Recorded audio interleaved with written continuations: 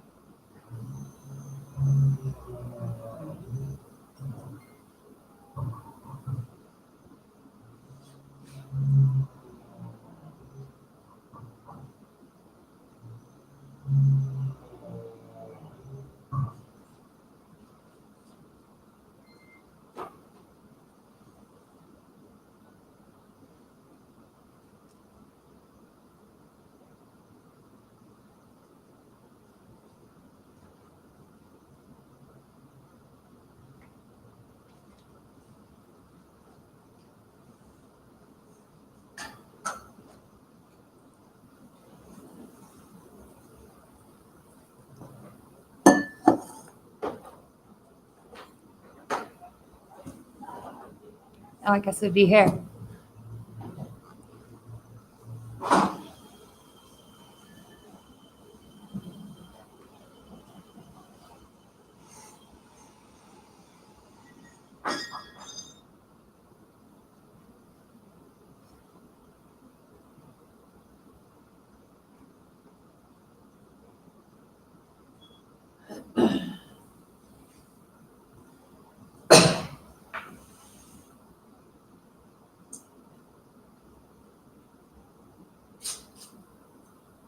Before COVID, we'd have full rooms when we did this. And like yesterday, I walked into one with like 4 people, and I was like, no way.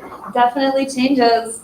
Hey, everybody. We are about to go to the Founded in FoCo event. We're about to go live and do a presentation on how to hire your first virtual assistant. And guess who's speaking? I am really excited, super excited to be sharing information with other entrepreneurs and other business owners who are needing some additional support. I believe that the schedule is posted on my last post below, and you can zoom in live right now to watch this amazing presentation with some tips and tricks on hiring your own VA. Yeah, and that's about it. So looking forward to getting some feedback and hearing what you guys enjoyed about learning about the process. And for all of you entrepreneurs who are out there, this is definitely a phenomenal opportunity to learn a whole lot of time-saving tricks, tips, and techniques to save you 10 or more hours a month and get some of your headspace back. Love you all.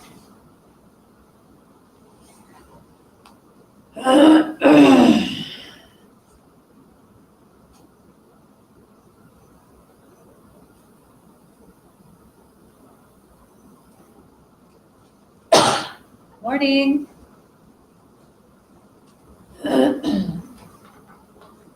I should get some water.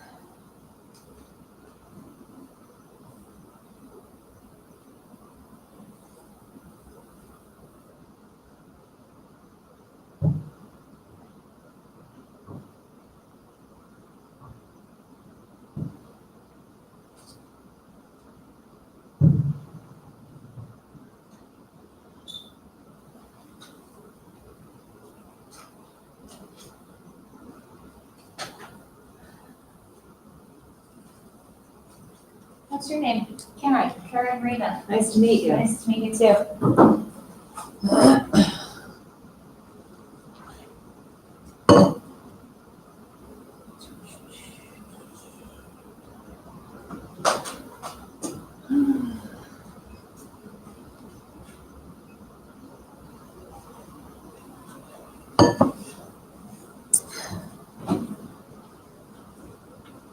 Is there anything I can support you with? Oh, no, I'm good. I bring more than I'd ever need.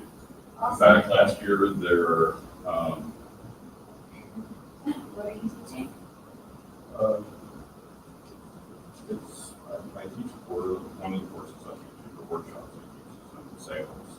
And so my wife's a psychologist, worked with the lead coach Tony Robbins for like 12 years. And so I basically, it's the Jungian psychology behind sales. When she was in grad school, she was selling insurance and she had 93% close rate. And so I observed her, it's all she was doing. She sold exactly the way that she was with her patients.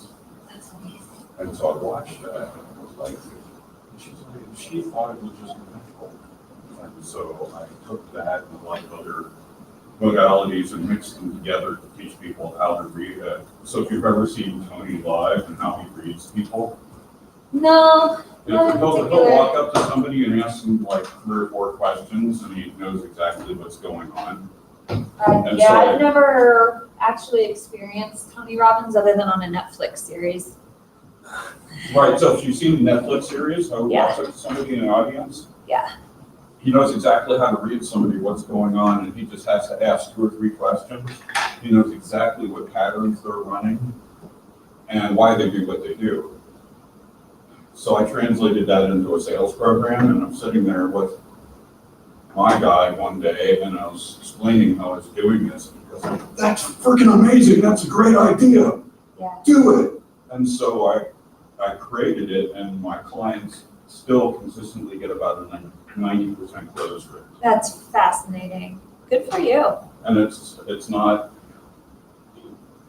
it's just me in psychology and how I treat people. And I learned from my wife, and I studied with her when she was going through grad school. So I learned at the same time. So I feel like I've got another degree in psychology. We do. Anything our partners know, we learn, whether we want to or not. Good morning. All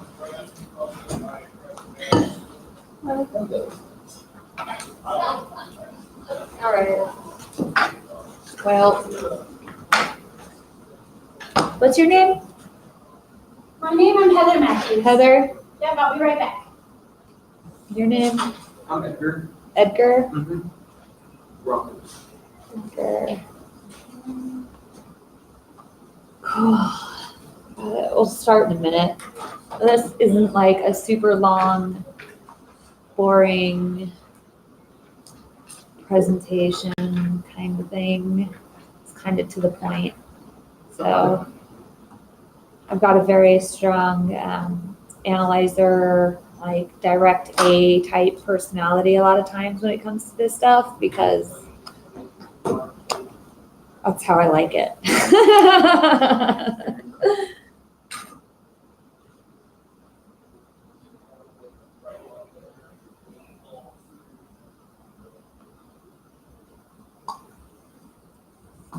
Oh, here's the camera. Okay, we're gonna get started in just like a couple of minutes here.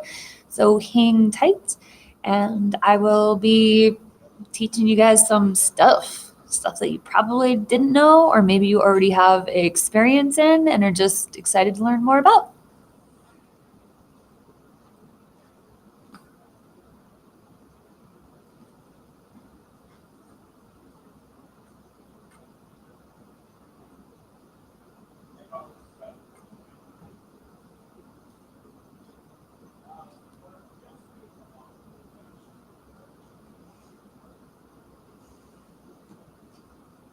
Hey, yeah, how's it going? Just in time. What's your name? Jesse. Jesse, nice to meet you. I'm Rena.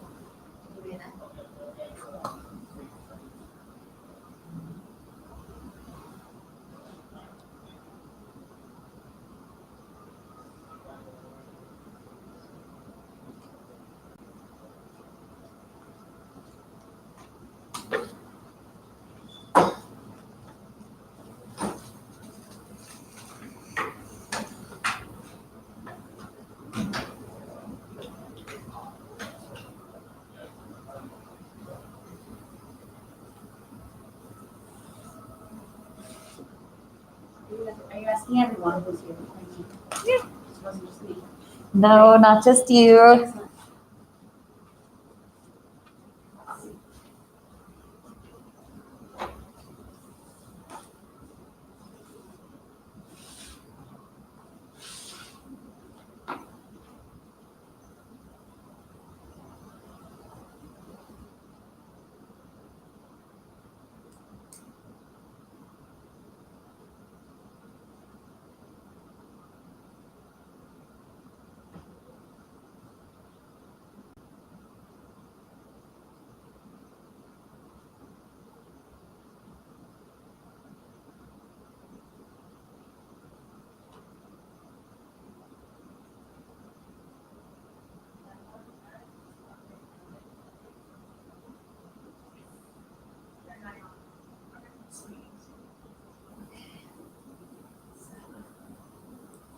right, now that my paparazzi's here.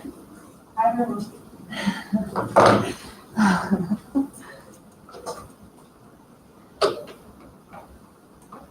All right, so we're gonna go ahead and get started. How many of you guys have your own business? Own business, own business, own business, own business, own business. What do you do? I Karen. do productivity mentoring for creative entrepreneurs. Wow, that's awesome. So you said productivity? That you're gonna love this one then. Awesome. Edgar? E-commerce? E-commerce, like Shopify sites, WooCommerce sites, Yeah. digital sales, okay? Jesse? Commercial video production. Commercial video production. Commercial video production, awesome. This is also gonna be a great course for you as well. And Heather? I'm starting an artist residency. Artist residency, okay, great. So this will be good for you because you're gonna be able to delegate all of the That's things my that goal. you do not like to do. Exactly right. Awesome. Gabrielle, how about you? What's your business? I am an influencer. I teach women how to be awesome. And yes, you are. And yes, you are. Yeah.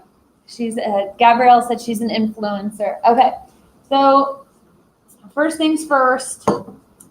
Have any of you hired people before? Hired people to work for you? Delegated tasks before? Yes, and it's not always easy, is it? I think if you know what you're doing and you do it effectively, you're a lot better off. Don't just get a body, but you want the right person, the right skill sets. Yep. And also to have a set of systems and processes in place in advance.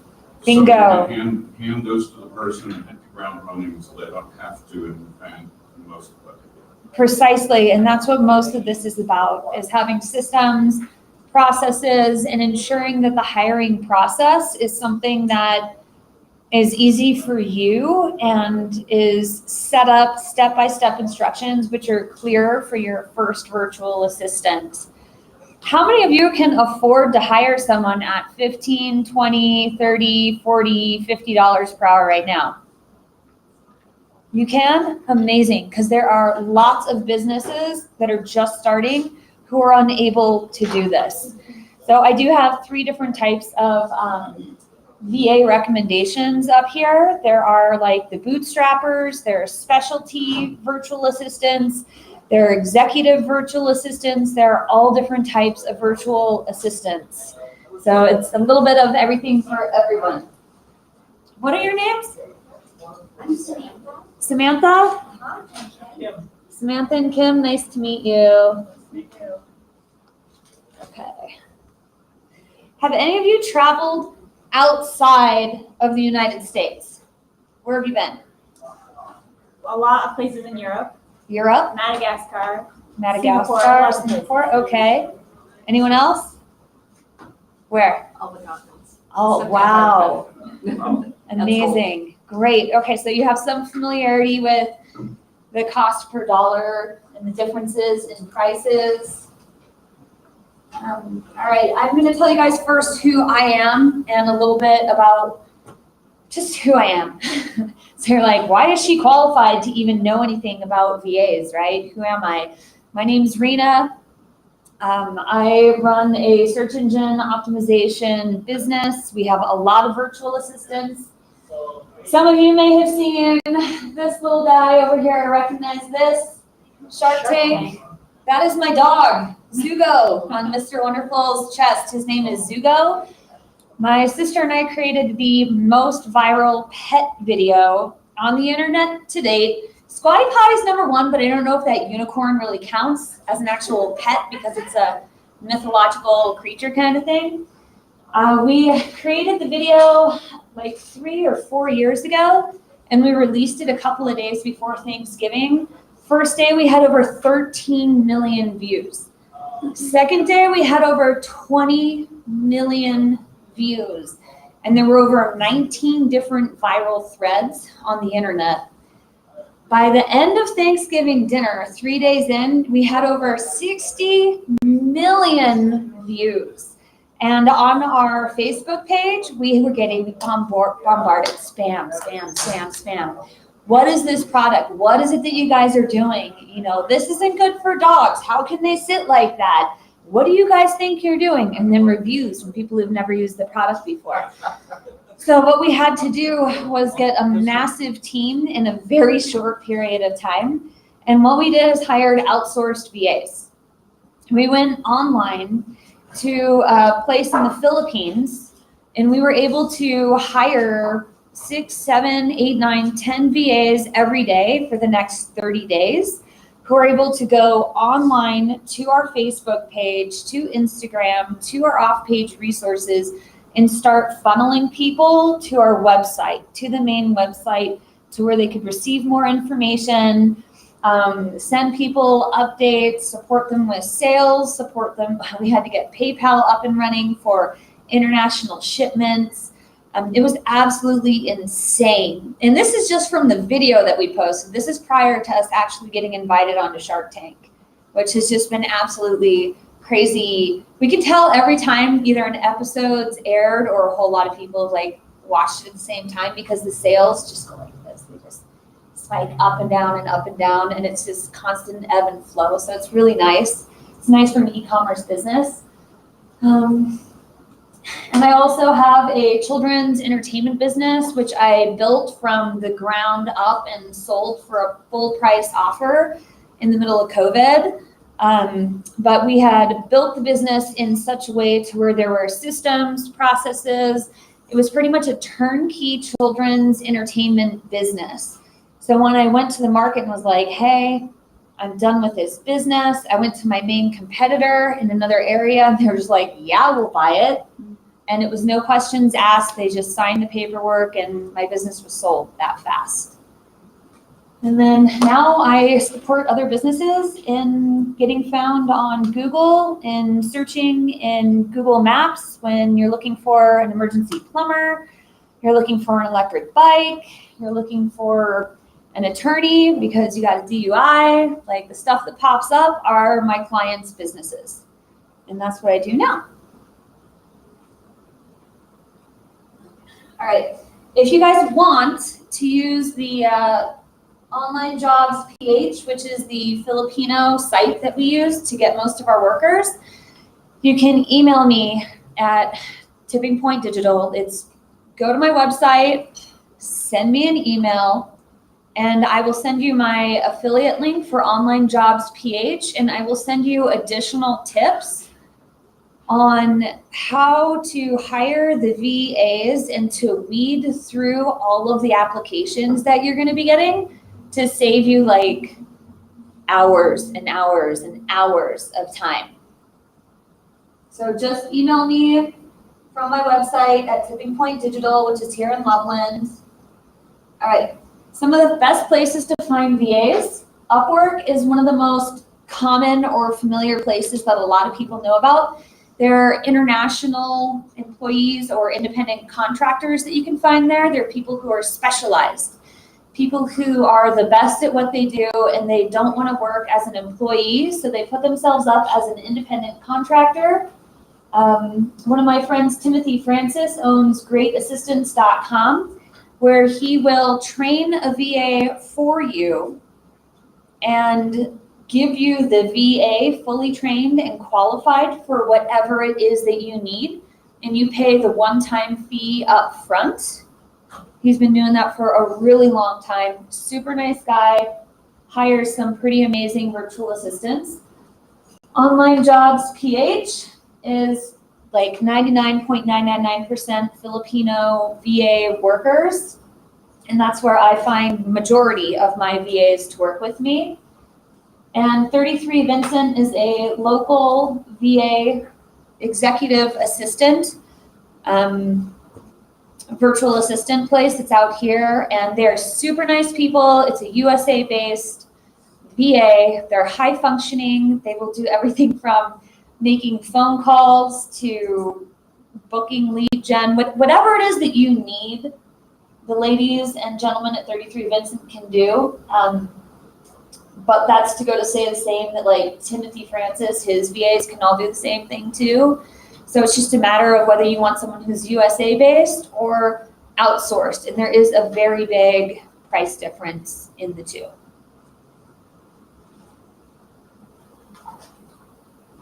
All right, there are so many different types of virtual assistants. Can somebody, who wants to share like an item that they would love to be able to delegate from day to day? Not your laundry. Bookkeeping. Bookkeeping. Okay, what aspect of bookkeeping would you like to be able to delegate? Actually, just the entry of all the data. You can hire somebody on any of these sites or online jobs to do that. You can hire somebody, it's just data entry. That's all it is. All it is finding somebody that you trust, giving them the numbers and having them input it for you. What are some other things that you guys would like to delegate? Emailing. Oh yeah. Oh, I love delegating that one. I'm so glad that it's possible. It is. It absolutely is. Any of these VAs that I was talking about before can do it. I'm going to talk primarily about the Filipinos that I work with because they're very near and dear to my heart. I've visited them in the Philippines. I know them, their families, everything. So it's like they are my family. I have a VA who will go through and delete my emails for me. And when something needs to be brought to my attention, they let me know in Slack. And if it's an email that has information that gets to be updated about a client, they just do it for me. Yeah. Oh my gosh. And Like do you know good how tasks. much? Do you know how much I pay that person? $3.75 per hour. Wow. Yeah. Wow. And that's a wage that they feel is fair. That's an excellent wage. Excellent wage. And I'll get into the numbers with that too. Who else has something they'd like to delegate? Lead gen. Lead gen. Okay. Lead gen, Filipino VAs can do that as well. My VAs do that as well. I do have a VA who does lead gen for me. What is that? Lead generation, it's just reaching out to new potential clients, prospecting, finding out who'd be a good client and making sure that they meet the parameters and then reaching out to them. Whether she's the one who actually reaches out to them or I am, depends on the type of client, the type of job, what it is specifically that we are looking for. So you can absolutely have that. It's possible. What's another thing you'd like to outsource? Video editing. Video, yes. Oh, video editing. Yes. I have an amazing video editor. Video editing is hands down one of the items. It takes forever. It takes hours. And when you're stuck doing that, it's just, how does it feel when you're stuck doing that for hours? No ending. Right? Exactly. Yeah, you can hire a video editor anywhere from $2 to $5 per hour. Yep. Lead gen, maybe same range. Yeah. Content creation. That's even easier. Yep. Content creation. There are writers. There are people who can do. Blog writing. Oh yeah, we do so many blogs and articles. I mean, I have blogs and articles for days and days and days. The only item about that is technically for content writing, you have to have a content writer who speaks impeccable English. Like their understanding of it, I shouldn't have said speaks, I'm sorry, reads and writes impeccable English. And in my experience, a lot of times their pronunciation or speaking isn't quite as nice as their actual writing. So don't use a Filipino company, is what you're saying. I hire all of my people individually. I have found that there are two different types of Filipino companies or agencies. There are the ones who actually pay their team members and they all work together collaboratively as a team. And then there are the ones that are like the factories, more or less, that pay the very low wages for the people who are working there and you get sub-quality work. So I hire everyone as an individual. I know them all personally. I ensure that they're getting, we have meetings about how much it is that they're bringing in. I talk to them about their expenses to make sure that they're not blowing their cash, getting health insurance, all of that stuff. So they actually are my independent contractors and they do not go through agencies ever. They're just, it's nice because when you hear about going through an agency, you think about the stability of always having somebody to do that work. But then you need to rely on that agency to have the systems and processes in place and the understanding of your business, which is the frustrating part. So I do not necessarily suggest going through an agency. I suggest hiring your own VA or hiring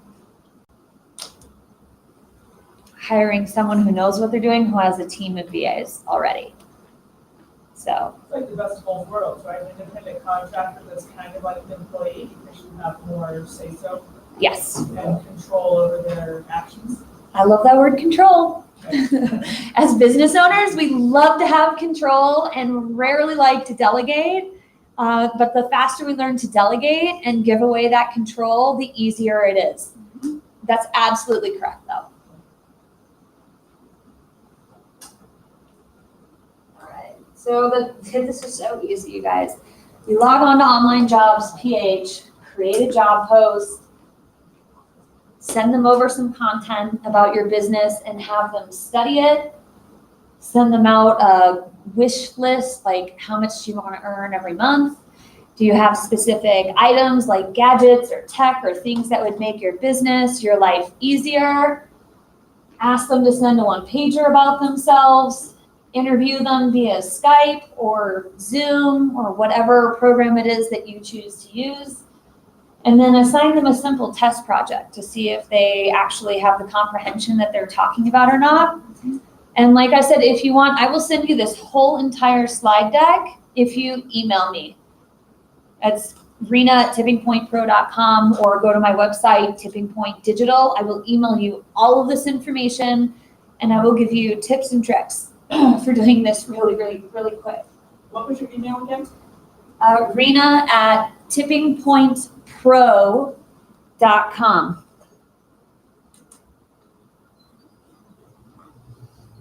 All right. I'm gonna introduce you guys to someone. I'll tell you who he is. This is an interview process. And I read your job post and I'm very interested. I'm very confident I'll be fulfilling every task that you give me, from photo editing, content writing, troubleshooting images, or even creating advertisements. I'm confident because those were the exact things that I did from my previous job in business work here in the Philippines. They would give me instructions on a document, and from there, I would make them advertisements or presentations. Sometimes, if they're not so sure of what they want, I would show them pegs of finished products, and from there, they would get a clear vision. As for troubleshooting, there were several cases that a finished product is already done by some other artists here in the company, and they're not so sure of it. They say that something is off.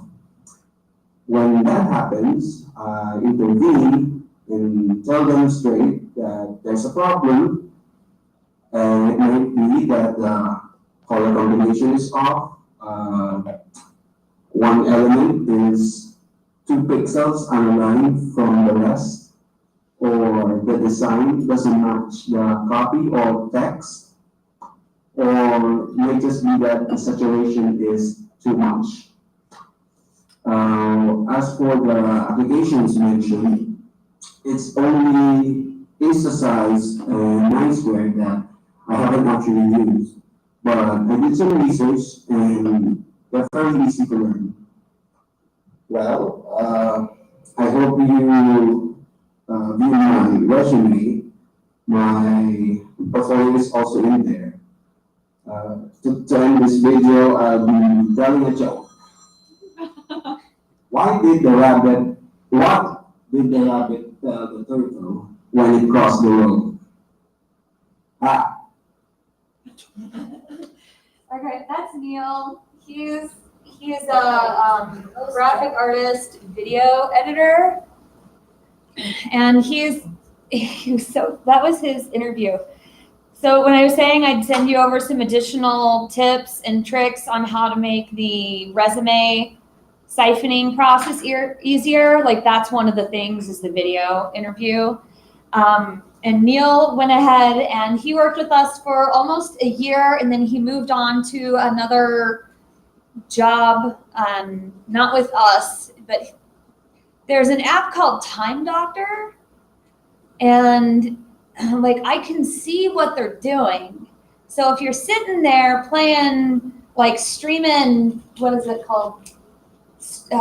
Twitch?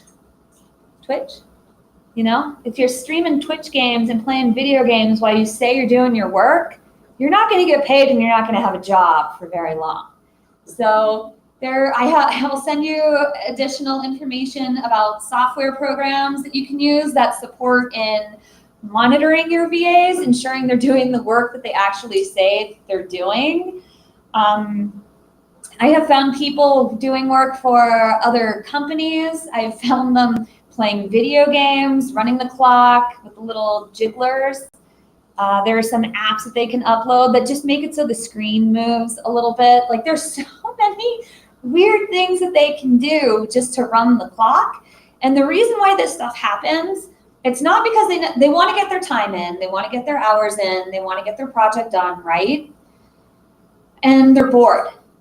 So if I'm not giving him enough material to work on, he's going to get bored and he's not going to, want to work because he can get something done within an hour that I think is supposed to take 5 or 6 hours, right? So it's like, what is he supposed to do for the rest of the time? He's going to fart around. He's going to play games. He's going to do what every 21-year-old does. Yes. Only because I had to deal with this so much that one of the things that we did when we farmed out work, whether it was in the US or elsewhere, was we specified which software that we're using. We specified a file naming convention. So all the files that we sent them, and they had to return that master file back to us so we could recreate it if we had to. They also have to make sure, especially if they're making the image or a photograph that they have, if they're using stock photos, that they have a trail, a paper trail to copyright. Or if they create it, that they assign the copyright to us. Yeah. Especially here in the US, but foreign people will do these things. And so when we had that kind of workflow, you never had to worry about, oh, they disappeared, and at least I've got all of something to start with if the world explodes. Yes, and that does happen. VAs disappear. What's your name? Leandra. Leandra? What's your question? You were just talking about the hourly. Do you have any way of incentivizing them so that when they can finish something more quickly for being efficient and being good at it, to incentivize them so that they're not using Absolutely. There are bonuses. They can go to salary pay. There are lots of different options. What type of business do you have? pricing? Pricing? So I teach pricing and profitability. Okay. Money management. Awesome. All right. I'm not completely familiar with exactly what you do, so I don't have as much of a knowledge base.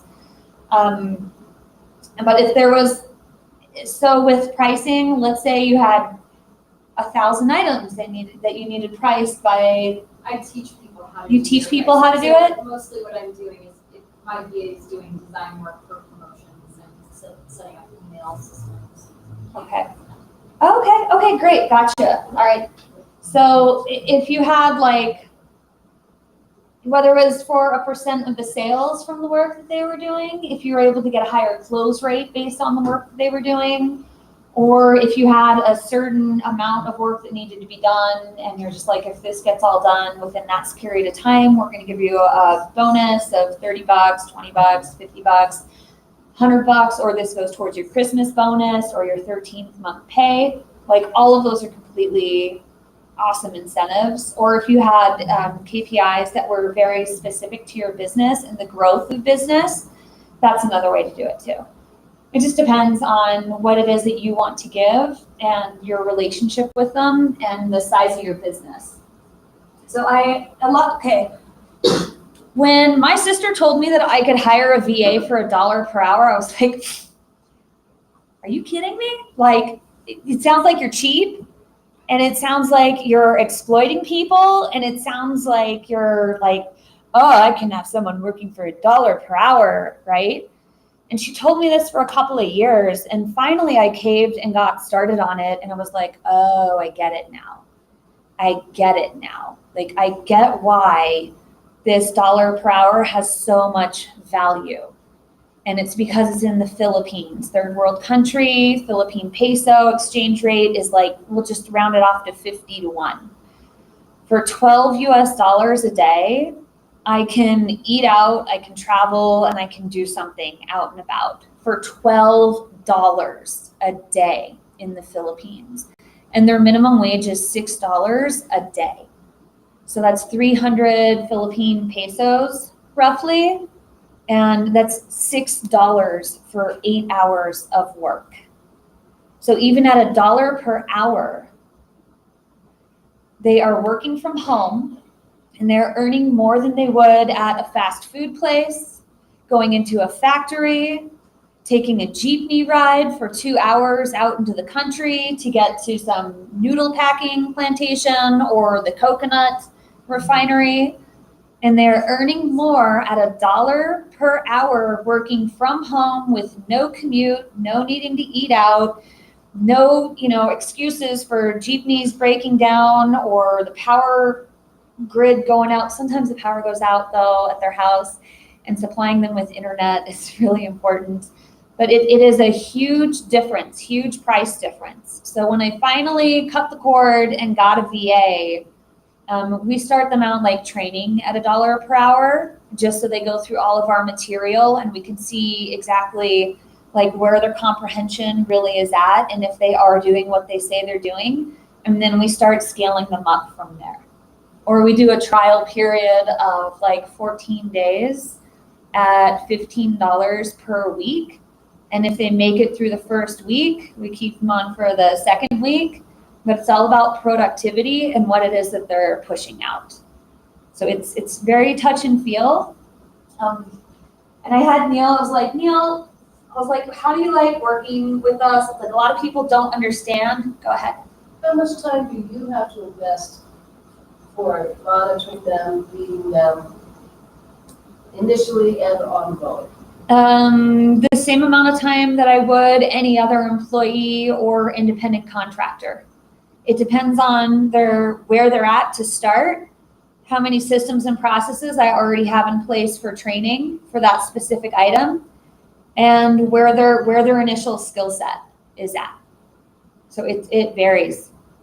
It can be a couple of weeks and then the person's hands off, or 6 months. Just depends. So I asked Neil to record a video. I was like, dude, these people don't necessarily understand, so can you just tell them what this is like? Working with Import Digital has been an absolute pleasure. The experience is something that would make someone believe that there may actually be a God. That's how deeply I feel in working at Tipping Point Digital. Mainly because I finally found my people, my community, and a community where I can finally thrive. And I think if someone finds a community where they can thrive, there's no absolute reason to hate it. And another thing is, I think this is the place where I finally cemented some kind of confidence in the things that I do and the choices that I make, because Tipping Point Digital allowed me to. I'm surrounded by multi-talented and understanding people, and it's inevitable for someone like me who knows his goals, who knows what he's capable of, and who knows what kind of people he should be surrounded with, to shine. It's inevitable for people like me to shine. I'm surrounded with people like them. So I could certainly say that I am with someone that I should be with. And that is Tipping Point Digital. I love Neil. I still keep in touch with him, and I am a reference for him, and he's just a great kid overall when he does his work.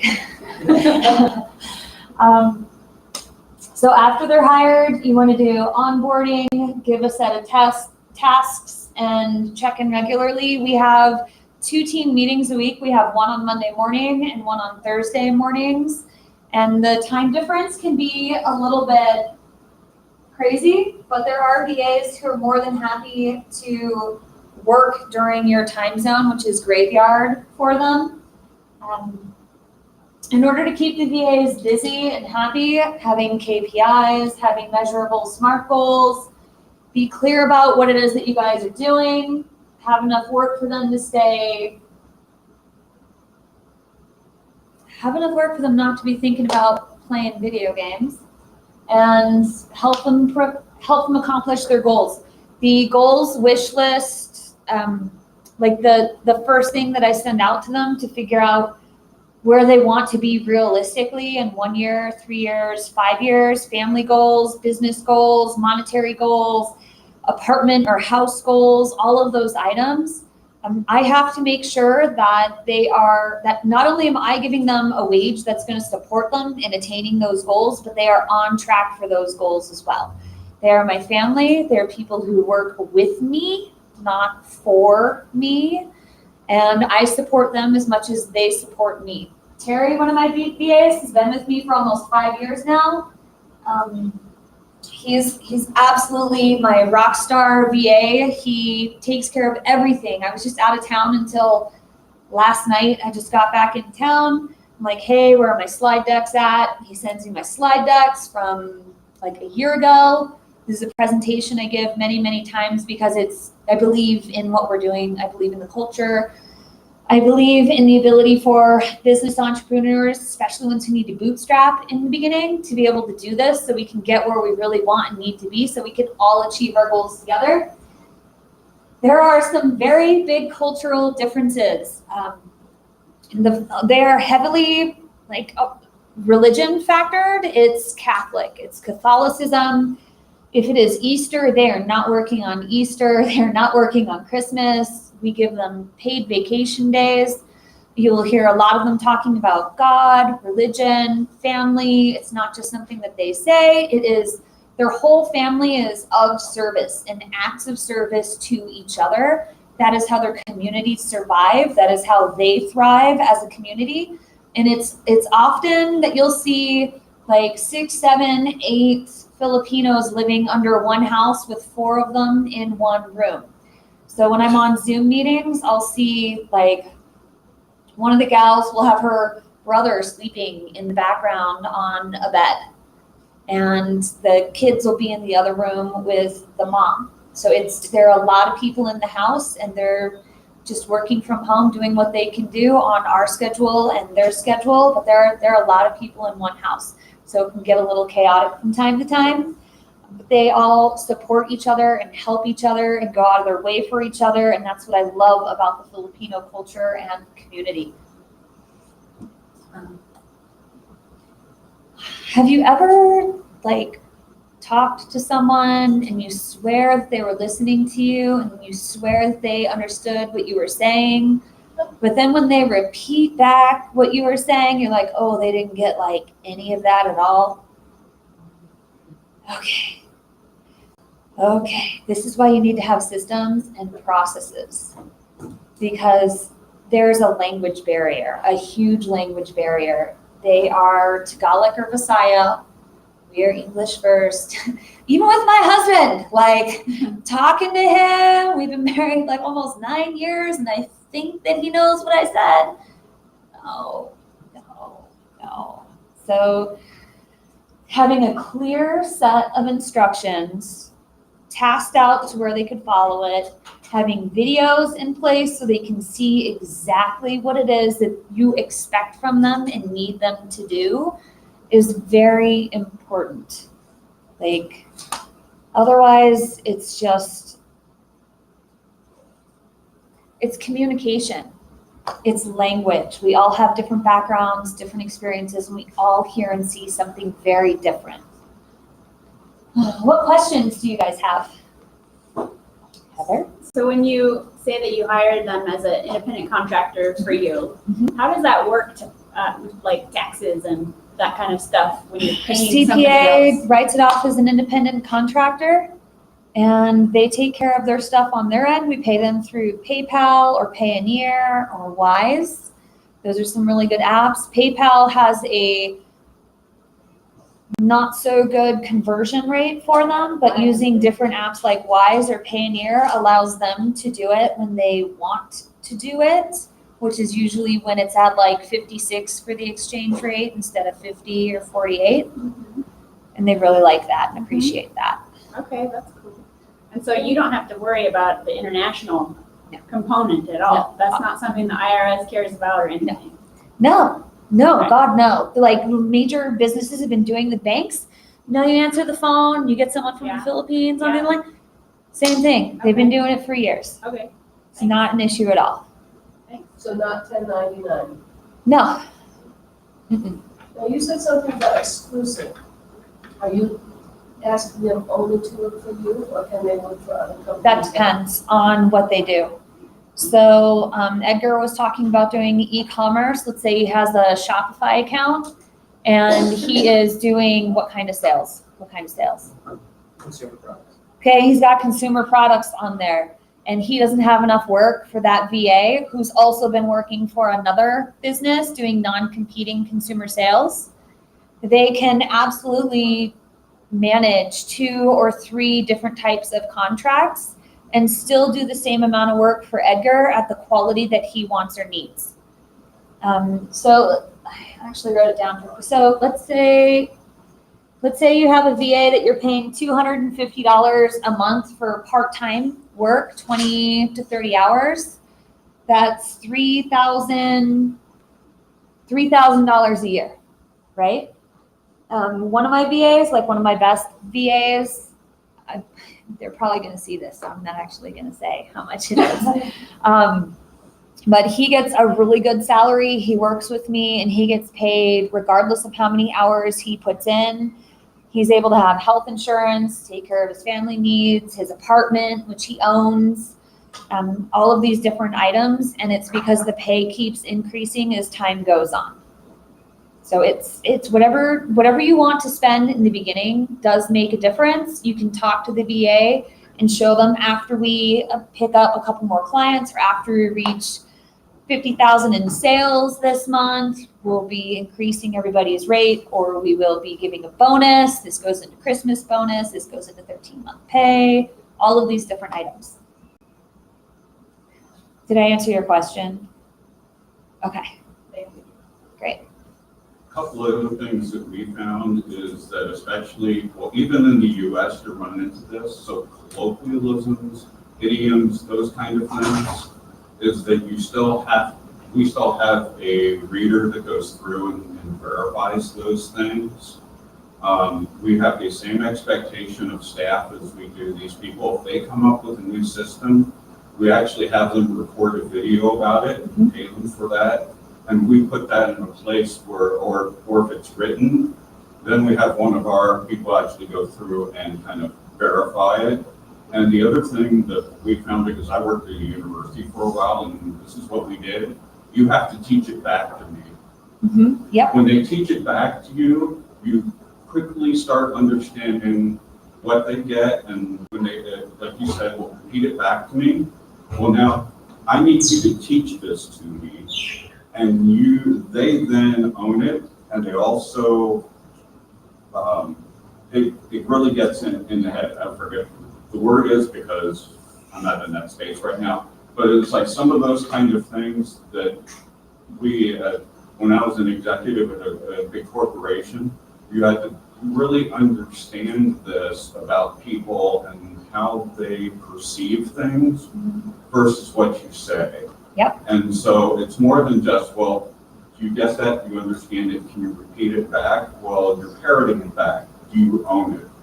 And so we would do that, have our staff teach the other staff how to do it. Yep. And so now you get that ownership, and it actually costs less than when it come back to you and it's wrong or it's not done to your expectations. That's the learn, do, teach. Yeah. The cheapest way is almost always the most expensive. And small business owners think, oh, I'm going to do this cheap, until I've had to, when I got into the private sector, have to rebuild things for people, just even on paper.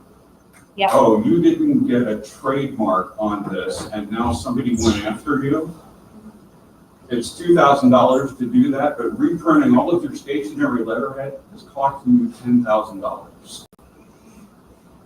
Or having stuff imported from another state or another country, and the other country taking your trademark, and then they won't release all of your stuff through the containers until you pay them $50,000 because you didn't get a trademark on your business name.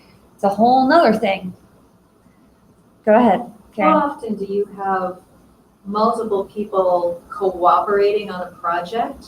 And to what degree do you monitor their internal cross Great, communication? that's a great question. So I have a team of 7 VAs, and all of them are specialized. We have people who do iframes embeds, we have content, we have 5 different programs that we do for search engine optimization to tune one article that's about to go on a client's site. Yeah, because that's what we do, is search engine optimization. So it's, everybody communicates on Slack. And then once they go from one section to the next, they have to communicate that this item is done and check it out for the next person to be able to go in to do their piece. And on the team meetings that we have on Mondays and Thursdays, we say 3 things that we have accomplished, 3 things that we are working on, and something we're grateful for. Yeah, so it depends as well on how in-depth whatever it is you're doing is. Some projects don't require as much communication just because they're smaller. If it's like social media for a company, that's really easy. I have a US-based content writer and someone who does all of the onboarding, and she manages everything. And then we have, she does such funny content too. She's the greatest. I love Kathleen. She was actually one of the entertainers here with me for my first business, like princess parties and stuff. She's just phenomenal. But she goes in and does all of that. And then when we need the graphics and the different types of do's and don'ts and must-haves for the client, she looks over all of that stuff to make sure that it's done correctly. And then we have either her or the graphics VA schedule it. So that's minimal communication. And then we have a client meeting every 6 months or 12 months, depending on the type of client. Attorneys, they don't have time for anything. So it's like once a year, if I can get the attorney on a Zoom meeting, and then it's just like text messaging from there on out. But it's always shifting, it's always changing. There are other clients who are like, we don't care as long as this is being maintained. And then we have other clients who are like, oh my gosh, the logo needs to be just like down a little bit more. So that's the level of communication depending on the project. But you can have high level of communication. You can use Asana for checking off tasks. Our content writer, I don't want to bother you by clicking the button too often. I'm like, please click the button so I know you're working. Like, click it. And it sends me a notification. I'm like, oh, Gabs is writing. He's writing. He's getting it done. Great. So it just depends on what you want and the types of clients that you're working with. More questions? Do you use a VoIP telephone service to communicate with everybody in different time zones, or Zoom? Just Zoom? Just Zoom. We just throw it up on Zoom. We have that free account for 40 minutes, which means everybody has, even the people who are very long-winded, they've got a timer, because if they don't talk fast enough, then we don't get through everybody. So. I also use WhatsApp a lot, just as another Oh, resource. WhatsApp is good when the texts or verifies need to be done really quick. That's an excellent form of communication. They all have WhatsApp. More questions? More specific questions, specific to your business, specific to your exact needs, specific to something that you're embarrassed to ask. I love it when people ask those questions. Are you able to provide like sensitive data to them or have them manage sensitive data, and how reliable is that? What type? Like financial, bank, HIPAA? Okay. Passwords? HIPAA. HIPAA's medical. HIPAA is very specific, very strict. That's a USA-based regulated thing. They can't log into the computers. We don't have access to our attorneys' private accounts or to our physicians' accounts. We have a separate account for information that can be shared. If one of our doctors, yeah. It's a great question. So what kind of sensitive information? It could be like passwords, login information. Terry has everything of mine. Okay. Terry has all of my information. Like, I'm actually considering sending him a credit card that he's co-on so he can book things for me too. I mean, I trust Terry completely. We've been together almost 5 years. I'm Question? sorry, blurted out, it's my ADHD. One of the things that we did with those and our attorneys recommended is that yes, for those businesses, we do have vanity URLs, and we assign one to those with an IMAP account. So when they leave, I shut it down and I have everything. I own it. If you give them a Gmail account or something like that, you don't have access to those things when you leave. Virtual computers. Right, so we sign it up as, john.go at whatever that business is. It's an IMAP account. I give them all the login information. And when I shut it down, if I have to, I always have access to it. So I keep that data. It's not only functional, but it becomes legal. I own it. Yeah, that's another good workaround too. It's Google Workspace, virtual computers is another way to have your information on a computer that they can log into and access or not access items, and it can get shut down. I do not give VAs sensitive information within the first year. We've had bookkeepers, we've had accountants. I mean, that's just stuff that's downloaded and sent over that they get to copy and paste and then do the sheets for. Nobody has access to bank accounts. I do have okay, that's not correct. I have a company in India, and Rajat and his team have been handling all of our invoicing and finances and that aspect for 7-8 years, something like that. So if you get an invoice from me, it's them.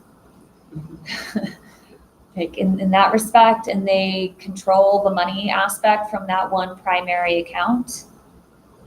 They have the logins, they have access like a CPA does, but it's like the money, I get notifications, so I watch it as well.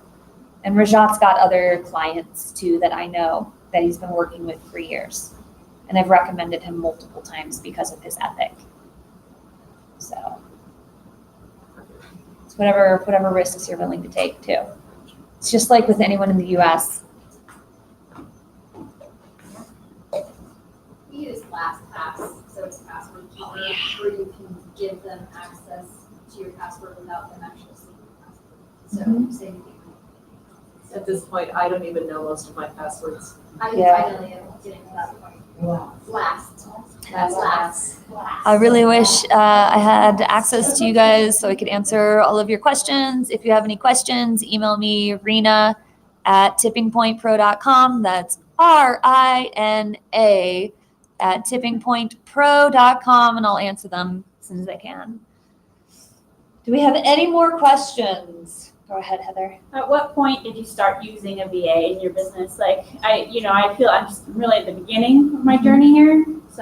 So I personally started about 6 years ago with my first VA. My sister and her husband have been using VAs for over a decade.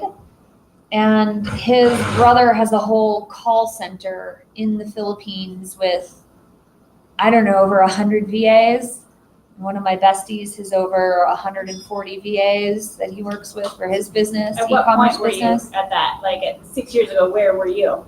I was here in Loveland, Colorado. I had a children's entertainment business that I was systematizing, and I really needed someone to do emails. I needed systems in place.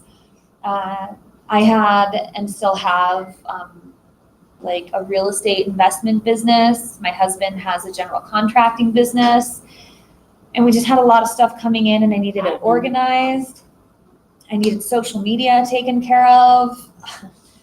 Yes, you can hire a VA to do your social media, but like you need to monitor that and check it for spelling errors and the language differences. And I'm telling you, it's a lot more work than you think. So be cautious and be aware.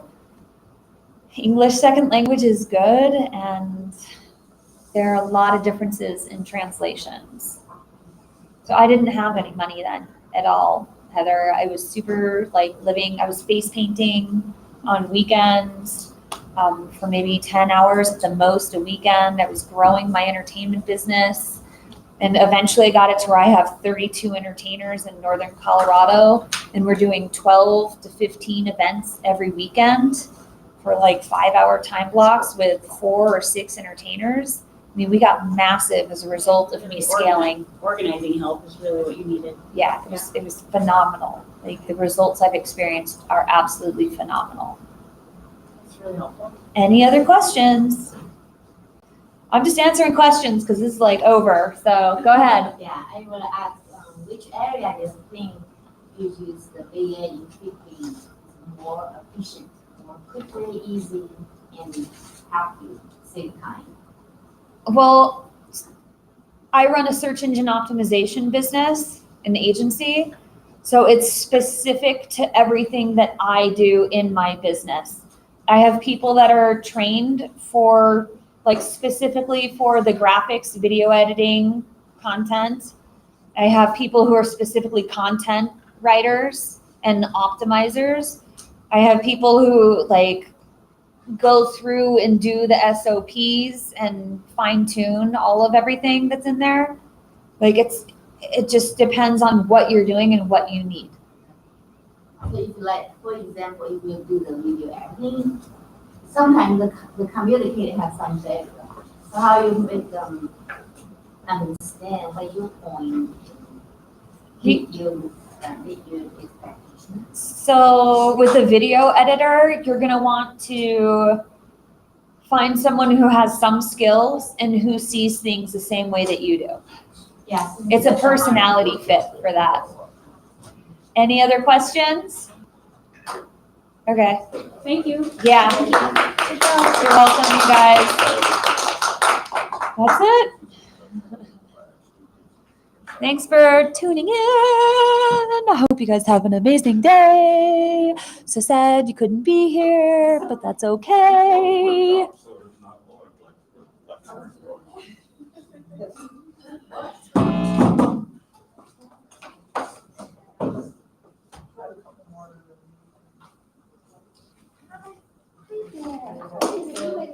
Yeah.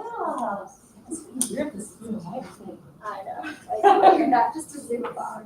Look, she was a bottom half. I know. They have pants. Today.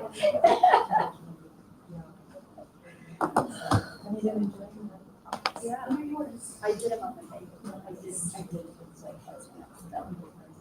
That's right. Thank you, Rita. I will email you to get the slides set up. Yeah. But we do dance beginning of dance content for persons with disabilities. So if you want to come and take some Latin basics, even your video or Bible Christ, I'm just giving you the chance. Thank you. You're welcome. If you're here. Yeah, he's Really back in appreciate Carolina. the invitation. And I've been doing a lot of other things because, well, COVID, and almost everything that we do is in person.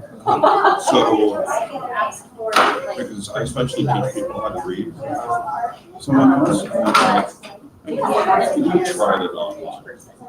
You do it. It's. Which makes sense, like, it makes sense. There's no way. My wife's a psychologist, she does, my listening, she goes, I can't see it. Yeah. She goes, I depend on all of this. Yeah. It's all about the body language. It's nothing about, you can only see it from here up. You're like, yeah, no. So, but I don't get on Facebook much, but I've seen a bunch of your posts and that kind of thing, so I try to keep track of who's doing The what. only time I'm really on Facebook is if prophets are acting stupid. I blast Wilson. Let's see. I'm happy. Yeah.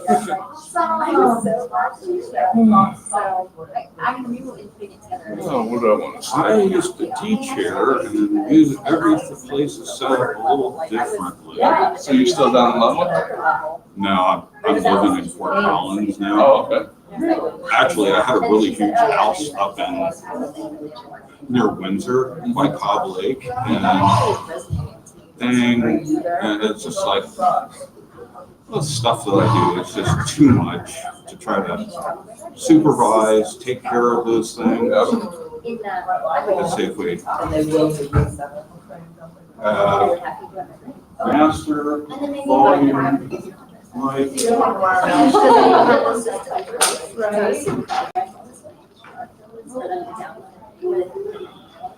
I it's not for the wireless microphone. This is cool. I know. What's that? It's overrated. Maybe it's my computer, not me. Oh, I'm just trying to make sure that I have sound, maybe I don't have sound coming out.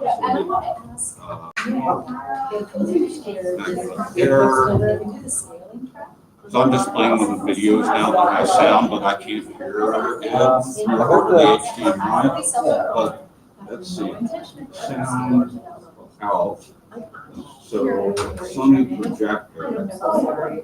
But is there another?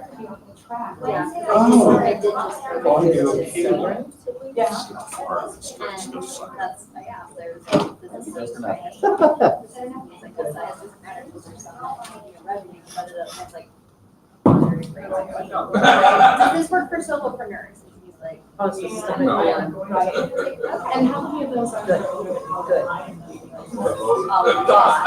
lot. So I think no, it's actually a class through. How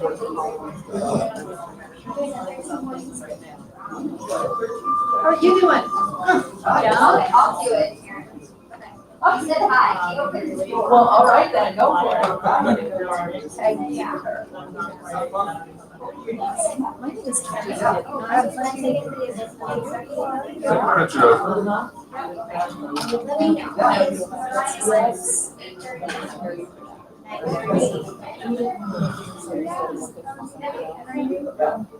I am on Thursday. Awesome. All right, so much. Did you just get done teaching camp? Did you just get done teaching it? No. Rena did a pair of VA.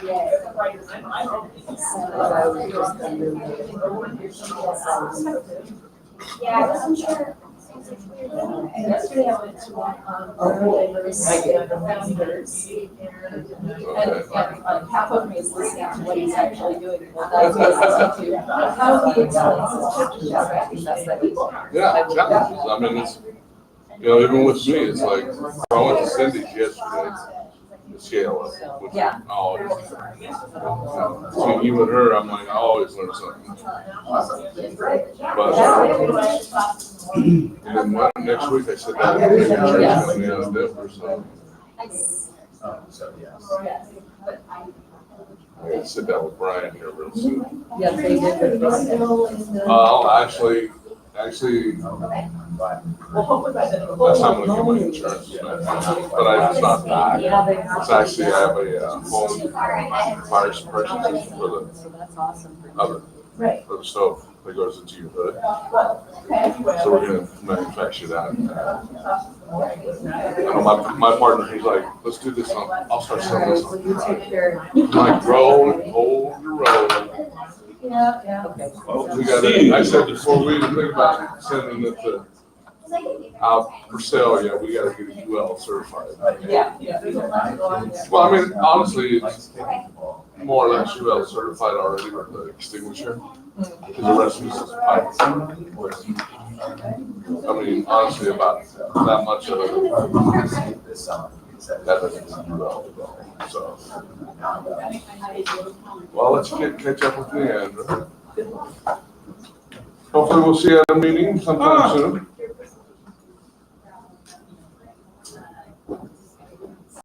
Oh, come on. It was on. It was on. I think it could still be sorting itself out. Sometimes it has to like blink a few times. Well, you got a blue screen now. Make it a green screen, make it cool. Wait. My computer is seeing it.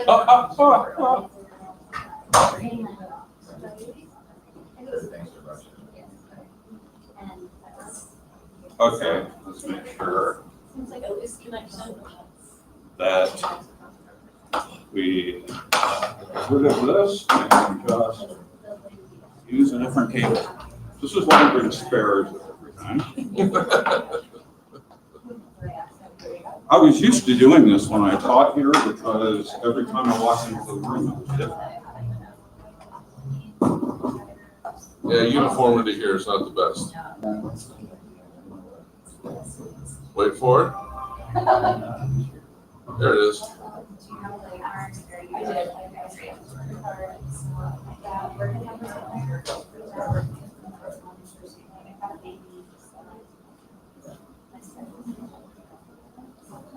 Ha!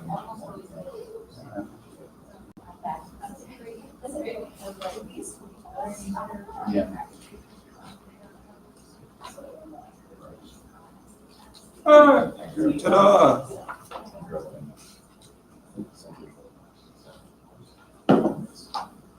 Oh, you got the little guys with you again today?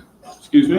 You got the little guys with you again today then? I didn't bring them because of COVID, but if you didn't get one, there's an event guide on the back table. Grab one of those and grab one of the pictures that's there. Doesn't matter which one, but there's some printed out photos. Grab that, you'll need those eventually. And I've also repeated some of the most important slides on this document.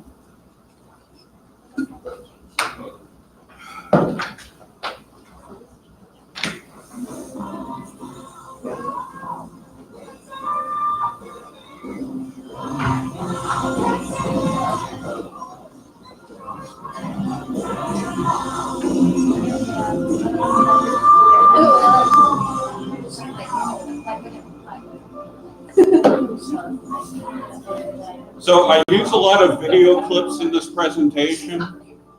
These are clips from mainstream movies that are out there. Some of them are slightly shocking, from television shows and that kind of thing. They demonstrate something for a purpose, so they're not meant to be offensive. I worked for the lead coach of Tony Robbins for 12 years, and I got screamed at the F word so many times. Yeah. But great hum.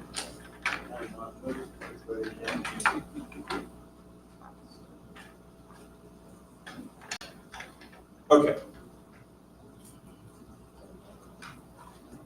For anybody that's doing this online, you'll see up here that I have a link to the same guide that everyone is using. You'll just have to pretend that you have a superhero picture with you. Sorry. But especially since they advertised this being about neurodiversity, and that's one of the specialties that we have, is one of our businesses specifically works with neurodiverse business owners. We have psychologists on staff and some MBAs that work with us. So I'm not going to read it for you. We're adults. How many of you got lost today? What? What's the question?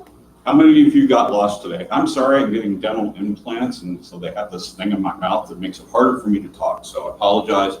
If that's a problem and you need something repeated, please let me know. I developed this originally because my wife's a psychologist. She, at the time, I had worked with the lead coach at Tony Robbins for like 12 years. She was doing her graduate work and she was selling insurance, and she had a 93% close rate, and people said, nobody does that. But she was doing it.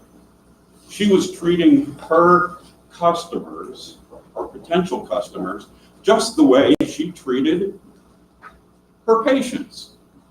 And so I observed that. And so I took a number of different things, put it together, and created this, and our clients tend to get about a 90% close rate using the techniques we teach them. This is normally about an 8-hour course. I've tried to jam a bunch of things into 45 minutes plus the workshop piece of it. And also, now some of the businesses we're running, we're easily selling $100 million projects, $1 billion projects, and more to people that are hard sales. They're not easy people to sell to. We've also done this with small things. It works.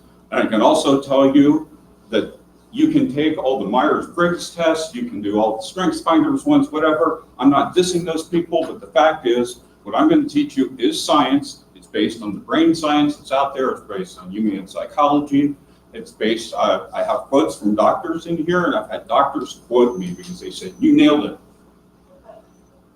I'm going to teach you how your mind works and how your client mind works, and it's the same thing. So it's both sides of it. What does your customer want? What is their why? What are you selling? I've already heard some of you. What are you selling? Space for art to happen. Nope. What are you selling? I'm not. You're not. Taking classes. I know what John sells already. What about you? Marketing and web development services. Okay. How many of you people have seen The Wolf of Wall Street? You seen the movie? Jordan Belfort? Sell me this pen for $100,000. Who wants to take the challenge? Oh, come on. I will. Okay. You don't have to come up and get it. Sell me the pen. This pen is the pen that will get you where you want to be in your life. It is going to support you in creating millions of dollars. Not only that, but it's going to help you get the family you want, the investments you want, and take you exactly where you want to be, as if you were on a jet plane with the express ticket, sitting in first class all the way. That's it. So I wrote a best-selling book on how to develop a value proposition, even though I had no MBA. That's my daughter. She's not here. She was going to be here. She works in the bookstore. Tell you how to sell it for $100,000 or whatever you want. Person comes in the gas station and says, I need to use the restroom really bad. Take a block of ice out of the counter with both the pen and the restroom key inside of it. For, I don't know, $1,000, $100,000. If you want the key, you got to buy the pen. It's compelling. Is it critical? When you can make something critical and compelling to your client, and I'll show you how to do that, they will buy. In fact, they will ask you to buy. What are you really selling? I'll tell you soon. In fact, I'll show you research and statements from some of the top, from Nobel Prize winning marketers and economists. Why does your customer's why matter? Because we're gonna sell to your customer what they want, not what you have. So you take what you have and wrap it around what they want. And I guarantee you I'll have people sitting there and I say, so what would you be willing to pay for this now that you want it? They tell me, I write that out, and I can do any price within that. I will pay you $1,000 a week. Great. To get you here, that's what it's gonna cost you. Really? And I give them a guarantee at the same time. So, the great statement by Theodore Levitt, who is not only editor of the Harvard Business Review, but he has a Nobel Prize for economics. And I love his statement, people do not buy drills, they buy holes. They're buying the solution. They don't care how you get there with a hole punch or anything else. They want what they want. How you get them there, your product, how much does that matter? So I'm going to show you what I found. I found this great clip from the movie Beautiful Mind, and it shows the typical sales interaction. So I'm going to have you watch this, and we're going to translate it for how most people sell. And we'll tell you why there's statistics behind all of this. So hopefully we can hear this. My odds of success dramatically improve with each attempt.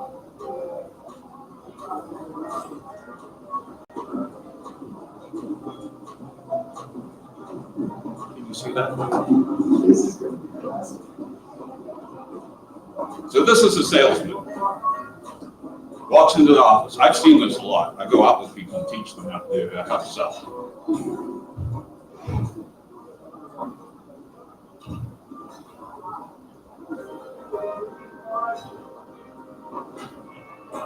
She knows why he's there.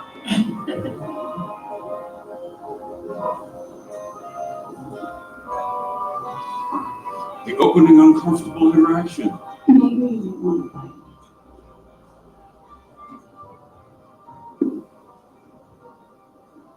I don't exactly know what I'm required to say in order to be happy or comfortable. It's to be assumed that I settle out. I'm essentially talking about politics. So could we just go straight to the sense? Oh, that's sweet. How nice night. You're laughing. I've seen this. Can we just go straight to the sale? Not at all. So, and I took a bunch of these slides from other presentations, so not all the language is congruent throughout, but what motivates people? Well, they have their own mission. They have some place they're trying to get. They have something they want deep down inside. They have their own vision for life, the things that they want. Even if they want bad things, they still want it. And the key to this is creating a personal value proposition. Not necessarily the value proposition of your product, it's the value proposition you create while you're with them that can make them buy right now. You're going to wrap that value proposition around this individual.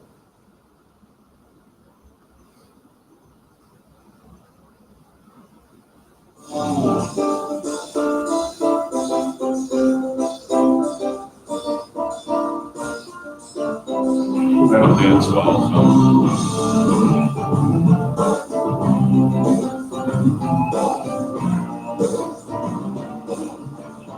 You're going to tell me what this video means in a few minutes. A mature adult is a person who behaves as we want to behave.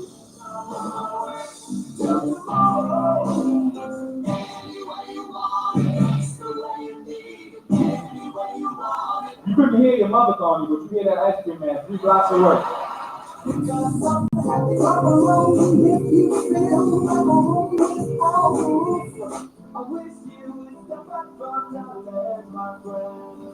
Rock bottom is coming, rock bottom is coming.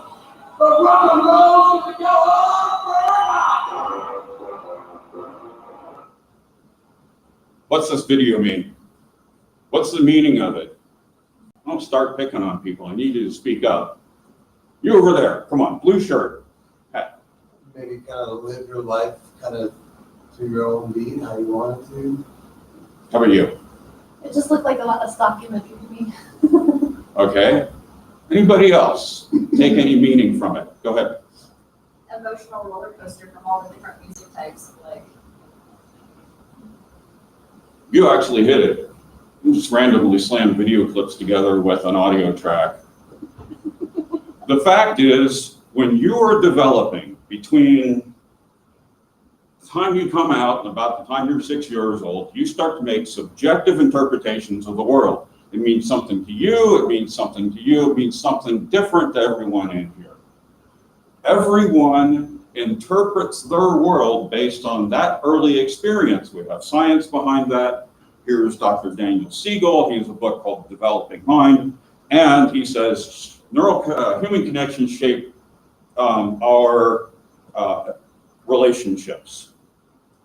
So during that early time, when we're not prepared to interpret the world, as a 4-year-old, we're sitting down there going, and that's the moon, and it goes through the sky, and the little kids are, because at that age, that's when we're getting our emotional constructs in life.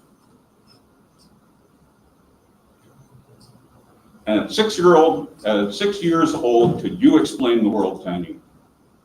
Yet when Dad comes home and slams his lunchbox down on the counter and goes in and watches TV and drinks a beer, what's he feeling right now? Is he mad? Show of hands. Is he mad? Could be maybe frustration, anger. Maybe he's just freaking tired. Depressed. But at 4 years old, the interpretation you and I make from that generally is, Dad's mad at me.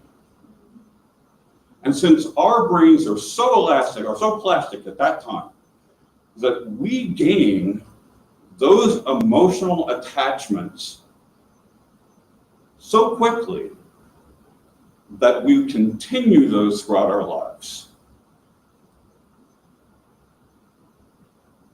That's what this doc is saying right here. So the relationships that we have with other people and the way that we create relationships is based on how we experienced the world back then.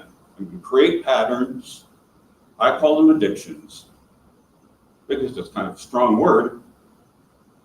My wife, the psychologist, doesn't like that I say addictions, except the one time she expressed to me what the attachments were, and I pulled out the definition of addiction. They're patterns, called addiction, whatever you want to call it. Ooh, don't need that slide. So what is your brain? Well, it's a flow of energy, it's a flow of information, and generally, it's about relationships. Our product's about relationships. Or your service is about relationships. Yes. All sales is about relationships. 80% of all things that are sold, the data is there. Direct Sales Association says 80% of all things that are sold almost every year, even during COVID, was based upon people's relationships.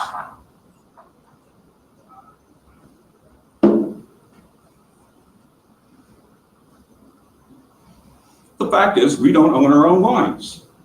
Our parents influenced us. When you marry somebody, and assuming that you have a female spouse, you will pick somebody exactly like your mom or the exact opposite. Statistics are there. Why? Well, I'll show you why. We are interdependent upon others for the function of our minds, and we don't always realize it. We do not own our own mind. People tell us what to do, and we will do it.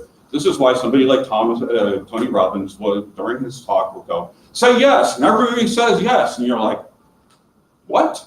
Why do all these people do this? Yet I will tell you to do some things today, and you will do them blindly because I told you to do them. People do not own their own minds. So on the perfect day, we go out and you're skiing this winter, not right now, but this winter you go out skiing. You break your leg. The ski patrol brings you down this hill, takes you to a doctor in town, and he goes, "You're in luck. I am the best doctor for orthopedic surgery around. But chances are, because you broke your leg, 90% chance you will limp. In a parallel universe, you break your leg, you come down off the mountain, they take you to another doctor, and that doctor says, "You know what, I'm the best." Chances are only 10% chance you'll limp, 90% you'll be fine. How many would have bet the first time, with the first situation? 90% of those people limp. And on the other side of it, only 10% of those people limp. So my buddy had a cat broke its leg, they had the cat healed. Cat used to have this little thing on it, limping through the house. And they couldn't figure out what the cat still limped. So they put up a GoPro. The minute they left the house, that cat walked just fine. And you don't think that our minds control, somehow that cat got attention or got significance from that. So I came up with this. I've been working with some of the top psychologists in the area of neurodiversity, ADHD, autism, that kind of thing. And we actually developed this over time. Because I took all sorts of things and I said, I've got to codify it down into a statement. That the integration or disintegration of our minds is based on habitual and repetitive addictions to emotions and spiritual ideations that do not effectively serve the individual based on subjective and many times erroneous interpretations of our surroundings that occur between the ages of birth and 6. Study Carl Jung, study all sorts of things. Take all of the tests that you want. There's a reason your patterns happen. Just knowing that they're there, yeah. But I've taught people of all personality types how to sell. Quiet people, shy people, everybody. Because this works. Whoops. So think of it as software, or you're a Mac or PC person, is that about that time that you were born, your parents started installing an operating system in your mind. By the time age 6 comes around, that operating system hasn't really been updated. Now the thing is I shouldn't say they installed it in you. You made interpretations of your during that time where you actually installed your own operating system. That's what's even weirder. So I was working with this doctor. We had a group of 3 kids, all had this elaborate plan. I think the oldest was 10 years old, all had an elaborate plan to kill their parents. Yet there was no abuse, none of those other kind of things. Why? Why did they chose the same pattern after they were 6 years old? This is the weird thing, is they also brought friends into their lives and teachers into their lives that kept perpetuating the desire to do that. Was it the teacher's fault? Was it the parents' fault? No, I shouldn't use the word fault. The outcomes happen for a reason, but it had to do with each one of these children made this interpretation, the same interpretation that led them down this path.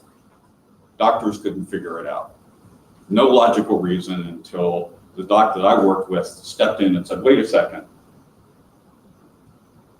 What they learned on their own during that time when the 3 of them were so close together perpetuated itself. That's weird. But it happens. I won't go into gross detail on that. So it gets down to, by age 6, we develop our core psychology. We interpret our world subjectively, usually out of fear. The emotions developed as a result are addictive and repetitive, and if you understand psychology, emotions trigger behaviors. go back again to, you start searching for something that's going to trigger that emotion again. And so I started turning this into a sales system because as I talked to people, they would tell me all this stuff about their lives. And I would go, gee, you're believing this about yourself. This is where your passions lie. Like Jung says, there's a dark and light side, and we'll get into that. So I find out what software they're running. I do this in about 4 questions. They will spill their guts. They will almost always frame their life in context of old stories that happened in their life.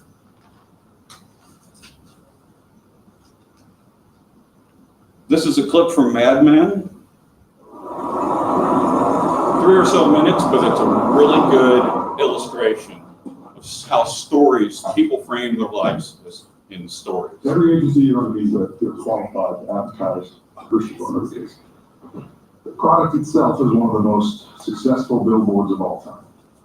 And its relationship with America is so overwhelmingly positive that everyone in this room has their own story to tell. It could be rations in the heat of battle, or in the movie theater on a first date. But most of them are from childhood. Mine was my father. Taking me to the drugstore, not going to mow the lawn, and telling me I could have anything I wanted, anything at all. And there was a lot. But I picked a Hershey bar. The wrapper looked like what was inside. As I ripped it open, my father tousled my hair, and forever, his love and chocolate were tied together. That's the story we're going to tell. Hershey's is the currency of affection. It's the childhood symbol of love.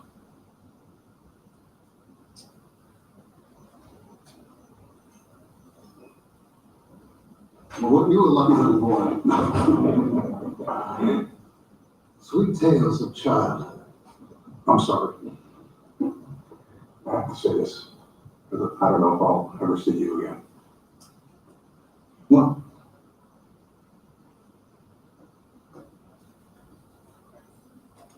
I was an orphan. I grew up in Pennsylvania in a whorehouse. I read about Milton Hershey in his school, and I read that some orphans had a different life there. I pictured, I dreamt of it, being wanted. Because the woman who was forced to raise me would look at me every day, and she hoped I would disappear. The closest I got to feeling wanted was from a girl who made me go through her John's pockets of this room. I collected more than $1 she got me a Hershey bar. And I waited alone in my room.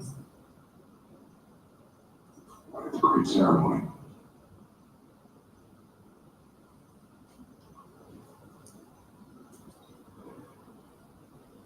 Feeling like a normal kid.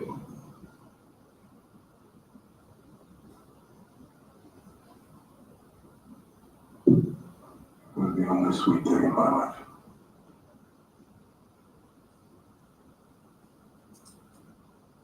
One sounds like an idyllic story. They want a horrible story. Both of them told a story about what he wants out of life.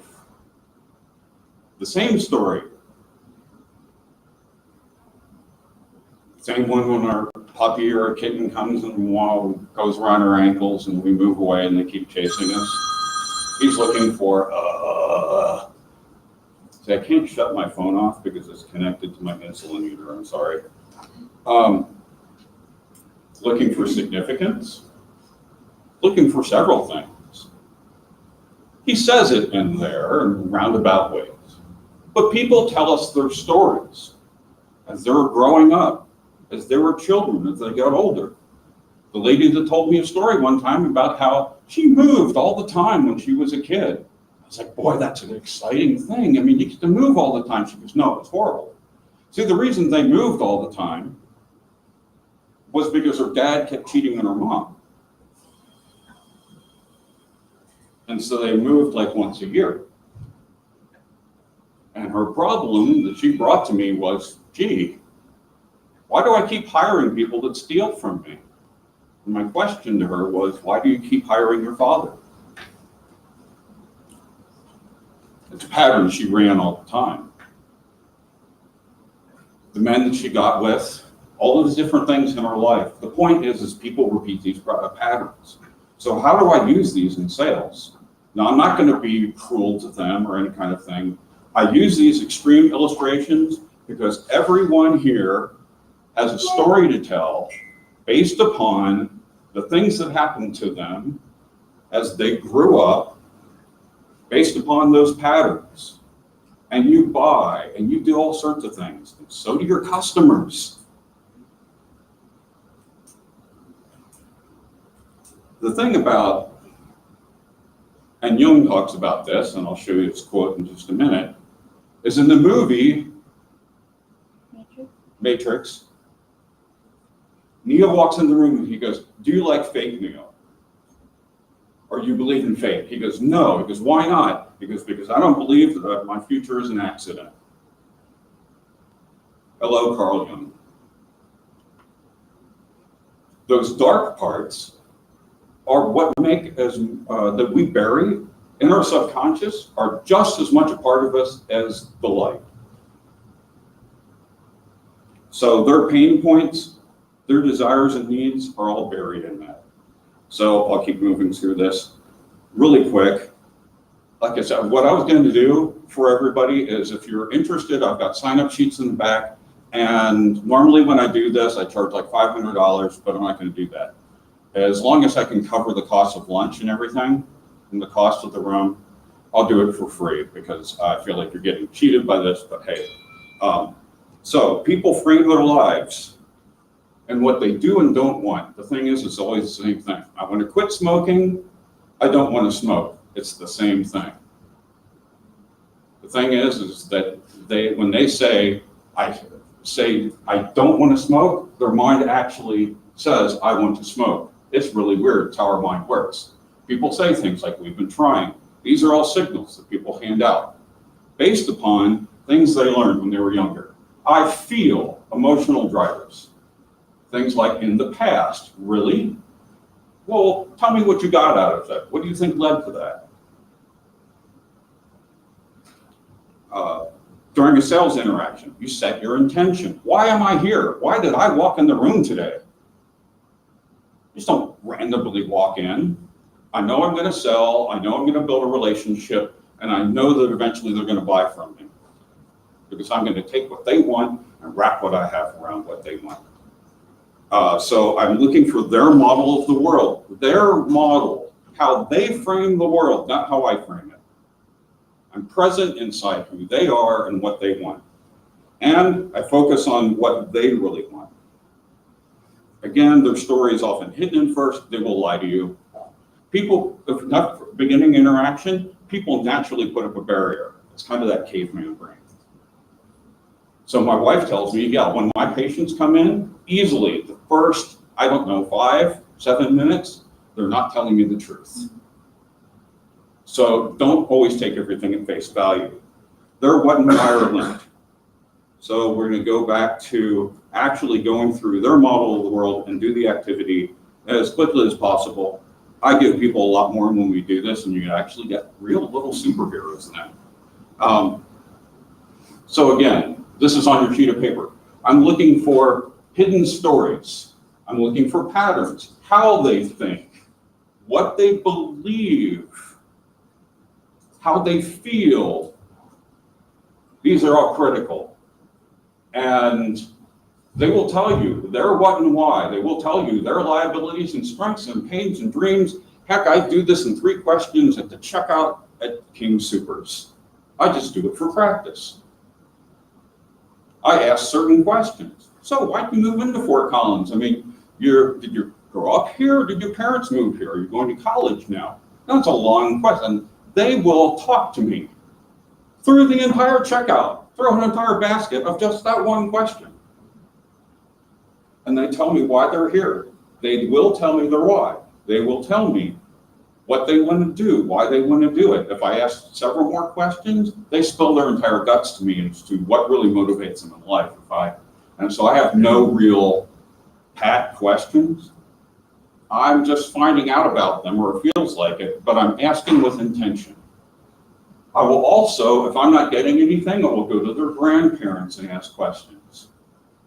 Something that causes issues with this is if they've had a childhood trauma. Their psychology changes. What they don't say is important what they do. If I ask a question and they purposely avoid something, I know there's something there. And they will contradict themselves, which is really fascinating. All people are motivated, what they do and don't want. Let's see, well, I'll go into this one because we've lost a little bit of time here. People are always consciously framing their lives, what they do and don't want. I will often, during my question, reframe their life. They tell me it sucks, and I'm going to reframe that. I'm going to put that into positive terms. I'm going to confirm if it's really there. Psychologists do this all the time. My dad sucked. He left home. Well, gee, but he must have at least still come back and spent a lot of time with you when you were growing up and been a mentor, even though he wasn't there. Statistically, I would get, well, no, not really. In fact, what I learned from my dad was this, and this that sucked. Okay, that's interesting. Tuck that away. They may be repeating that pattern. It may go to what they really want.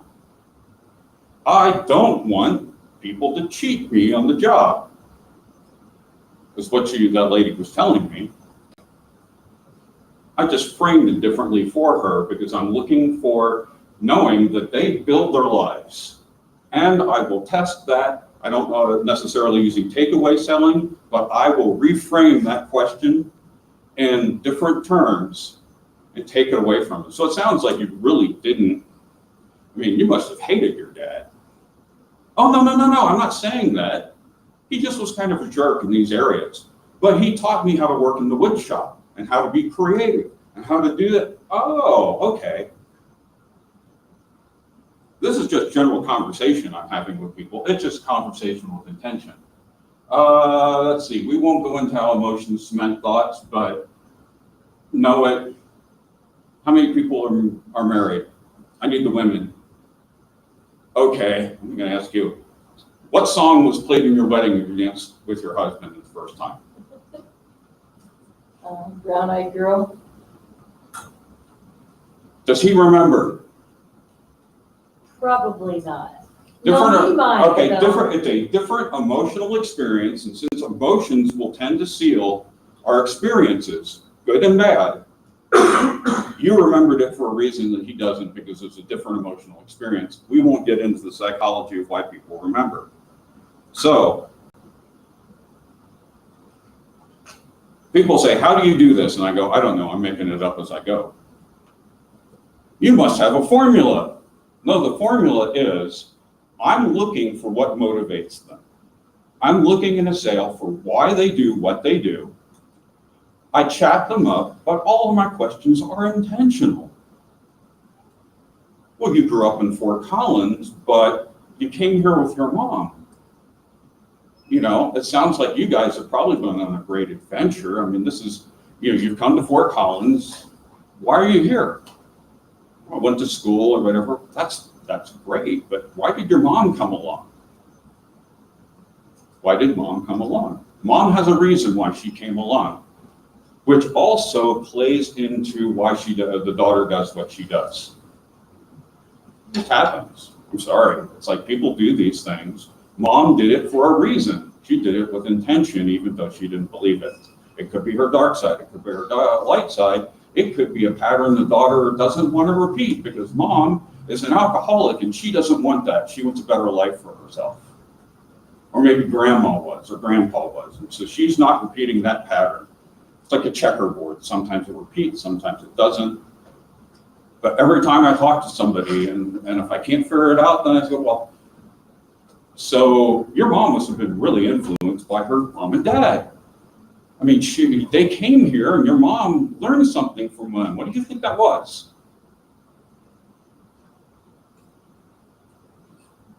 People will tell you and you start seeing the patterns. I have story after story where people tell me their patterns and I go, okay, he really wants or she really wants this. This is their end game. This is what they want out of it. Now, sometimes I cut to the chase. If I'm doing a pitch and I use the same technique in pitching, is I pull this little trick. I will push a document in front of them and say, and explain it really quick. And when I had to pitch TV shows, you had 3 minutes. Most people get one done, I get 3 or 4. And they go, oh, we're not really looking for that. That was my throwaway. I go, so, okay. So what are you guys really looking for? And they bullet point it for me and go, you know what? And I pull them out of my bag and I go, these I think are going to be a perfect fit for what you're looking for. And I mold it to exactly what they're looking for. And they're like, oh, I like these two. I never pitched them. They told me what I wanted. Or what I wanted to know or what they wanted out of it. So I've done the same thing with pitching large projects. Instead of trying to sell them what I'm going to do for them and all these other kind of things, I just start talking to them. They start telling me, well, this is really what I want out of the deal. So I had one older gentleman that wanted me to sell me a property that was valued at, I forget what it is, $75 billion, something like that. So what do you want out of this? He goes, well, I only want $40 million. I go, why? He goes, I'm afraid of the taxes. He didn't want to sell the property. He didn't want to end up with a huge tax liability. So if I can help you solve that, would that be even greater for you? So, yeah, you can do that? Oh yeah, I know people that can help you with that. So if I buy it for that, and I help you with this, would you be willing to sign right now? Sure. So I got him what he wanted. I didn't pressure him or anything like that. I mean, it was almost that long of a negotiation. And I've done a number of those where once you tell me what I want, I'm going to match what I'm offering you. Will that work for you if we can make this work with those parameters? Well, sure. Got around all the objections and trying to pitch them and those kind of things. So let's go to the activity really quick. We got 5 minutes, but if we don't get, do they have a break for lunch? Is there somebody after that? No? So you can take this and do it with a friend or somebody here. I usually have people pair up and do this. And so as a superhero, the one that you have, put yourself in the place of Batman or whoever it is. Where did you inherit your powers from? From your mother or father? We won't go through that. Well, tell me, I'm asking you now. Where did you inherit your powers from? Don't have powers. Just a kick-ass person. You're just a kick-ass person. So where do you think that she got her abilities from? I'm trying to remember from the movie. She was in that special school, wasn't she? Yeah, but if you're putting yourself in your place, all the things you know, where did you get your powers from? Was it mom or dad that influenced you most? Grandma. Grandma? Really? Why? Spent a lot of time with her, and she had a much bigger personality than my parents. Oh, really? Well, that's fascinating. No, really, it is. I mean, I would do this different across the table, but so what kind of personality did she have? She's super sassy and didn't listen to anybody and kind of did her own thing. So you see yourself that way. Mm-hmm. So what about your dad? What kind of influences do you think you got from him? He was a hard worker.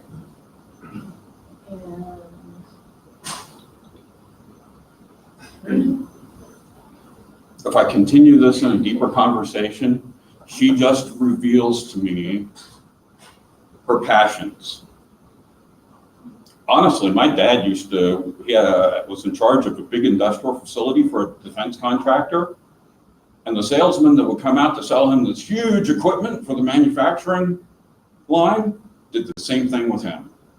They didn't sell him the machine. Oh, they sold him the relationship. You know what? Other factory, you know the guys down the street? Yeah, I know Bob. Well, they got one of these. In fact, he would bring Bob along. Because he had a relationship. So, these are the same kind of questions you're asking. When I use this in actually a live setting, the reason I use the characters is most people put up the barriers. But if you put yourself in the position of a character and start saying it, you map yourself on the character, like you just did. A crazy supervillain is attacking your city, and you need to choose between your love interest and your sibling. Whom would you choose and why? Love interest. Love interest. What? My sibling has her own love interest. It's going to save her. And I trust her to take care of herself. Where'd you come up with that kind of ethic? I mean, as you grew up, how did that develop? Both of us are adopted, so I have no genetic similarity with her, but we love each other very much. We just have different lives. See, this is a sales call. I'm finding out what really drives them, and they start telling me these things. Eventually, I will dig down to what it is they want out of their business, how it is I can connect with them. But as I'm building that relationship, they drop everything.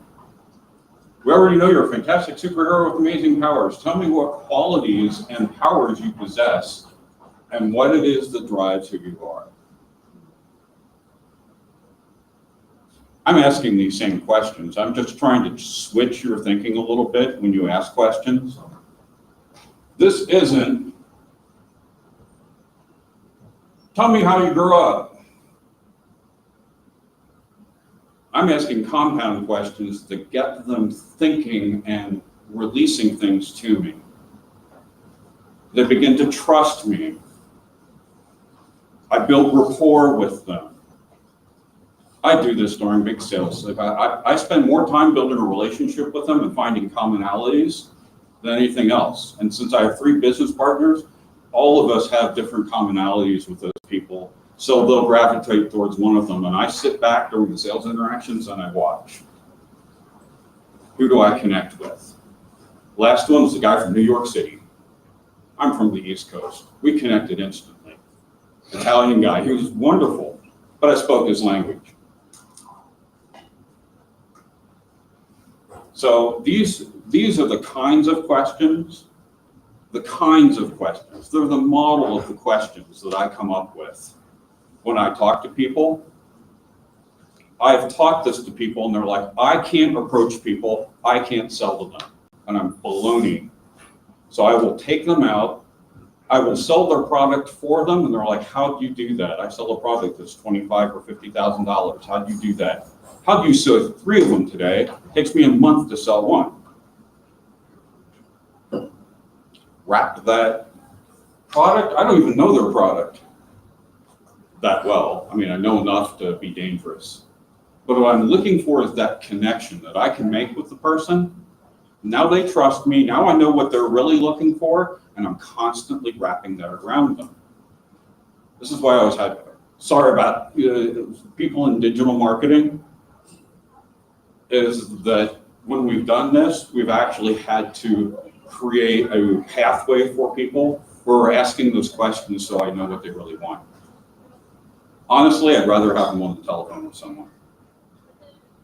Because then they ask these kind of questions, they build rapport, and bingo. Because I already know that they want something. It's just, what do they really want? Does that make sense? So, like I said, I'm semi-retired. I don't have to do this. I've just been teaching it for years. I do it myself on a daily basis. But if you're interested, I'll put together a small workshop and, lunch and the room rental is usually like 15 or 20 bucks, whatever it is. And whatever paperwork we show up with, and we actually go through step by step, showing you why people do what they do. This is such a small scratch on it that this is like the first 2 hours compressed into 45 minutes plus a little activity. But I show you how your personal energies impact other people. Believe me, I've done this and people are like, I can't believe this works. Question, do you have a question? I'm not sure I formulated it, that's why I kind of went like this. Go ahead. So this is a lot of the work that I do, like nothing that you said today was new to me. This is a lot of the work that I do once they become my clients. I think that the leap that I'm having trouble making is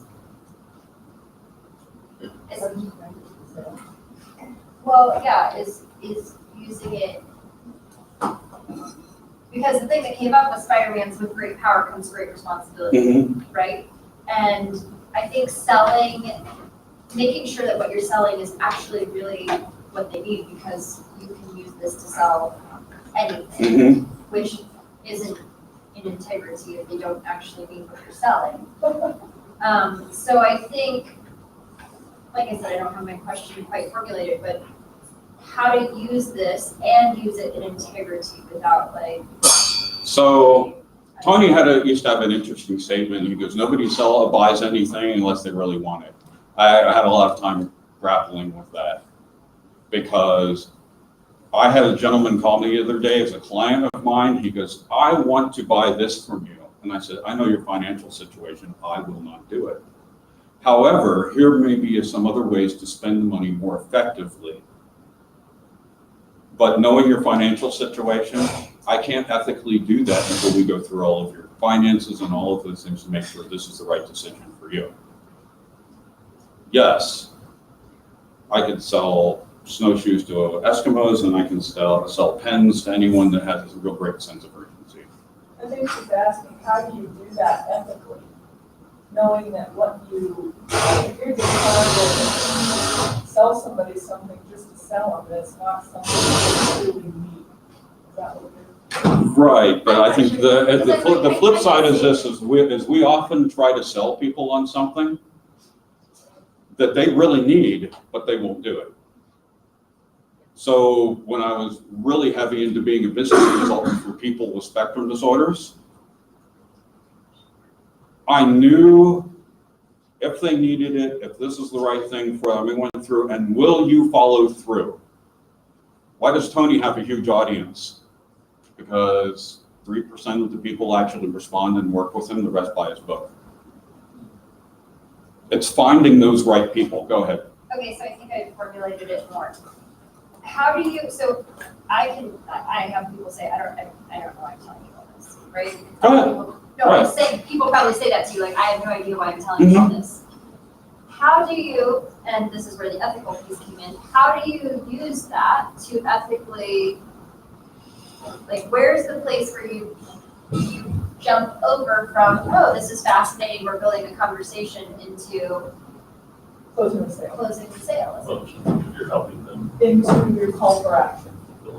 Let's see. Okay, psychologically, they are making it, they're telling me things. If people aren't the right fit for me, I'm not going to spend my time with them. I've had people literally say, I can't do this. I can't run my business and do these things. And I was like, well, that's why you're going to be living under a bridge for 6 months. But when I'm actually training people to run their businesses, they have to want to do it to engage my time. They spend more time convincing me they want to do it than I do once I understand what they want.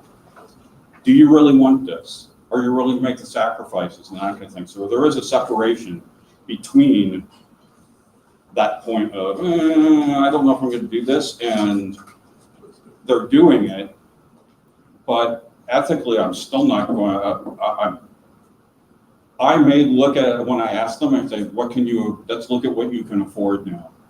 Let's see what's logical for you and all, because I will go through that financials and that kind of thing. At that level, this isn't the right decision for you. Or this is a better program for you that I can still help you. you're not at this place yet. Does that make sense, or, oh, you're the I'm gonna next have to one? change off, yeah. Okay, sorry about that. We can get into it more and we can get a room someplace to explore, someplace else if you, or information's on there, you can call me and ask. How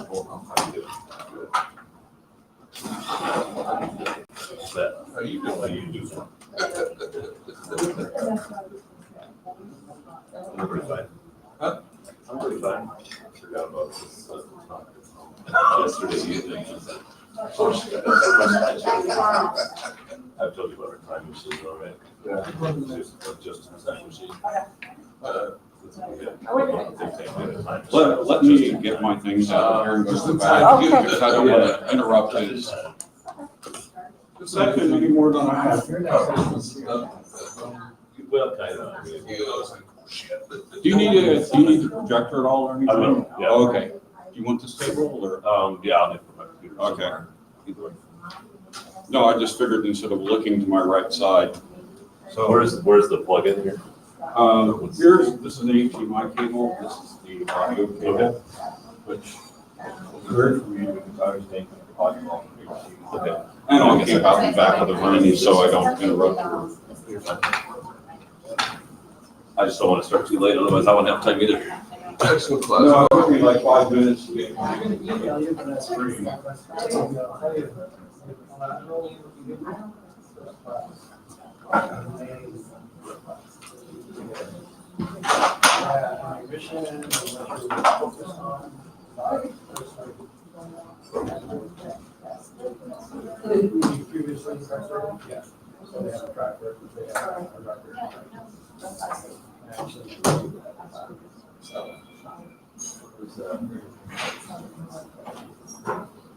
lot of employers ask you.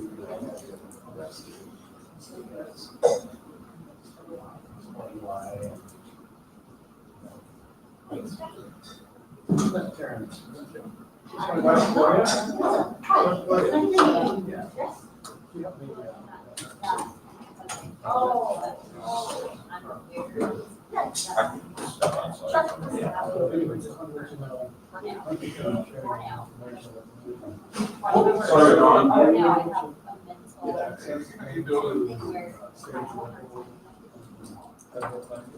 Nice.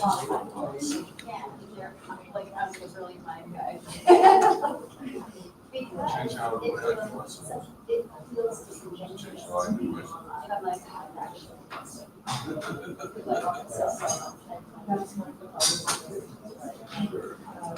In class last year over this. It was like 5 years ago, it's from a while ago.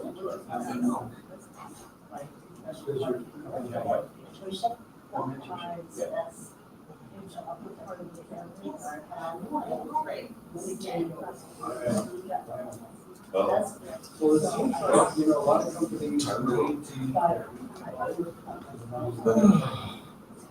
And so if you find out that you're not meeting it, then you hire a consultant with them, right, to help you. That would be another way of doing it.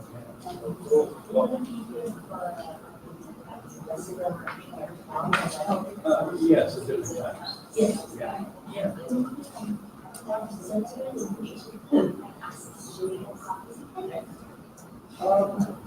Yeah, we could.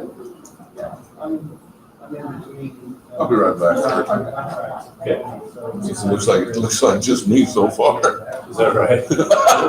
There were 7 registrations, so hopefully there's a couple more pop in. You guys will not. I'm just looking at it going, oh, I got an hour to kill, so.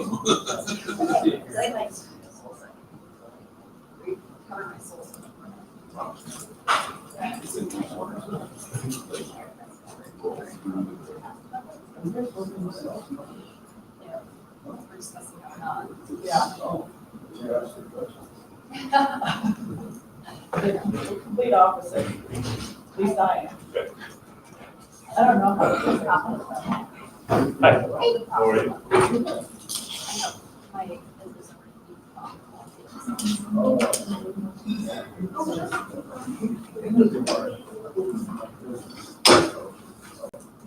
Yeah, specifically.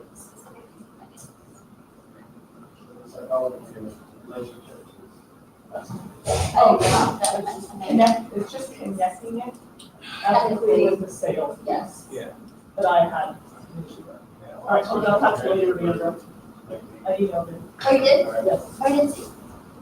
I'll check. Or, yeah, I think I emailed you, just a little info site. Okay.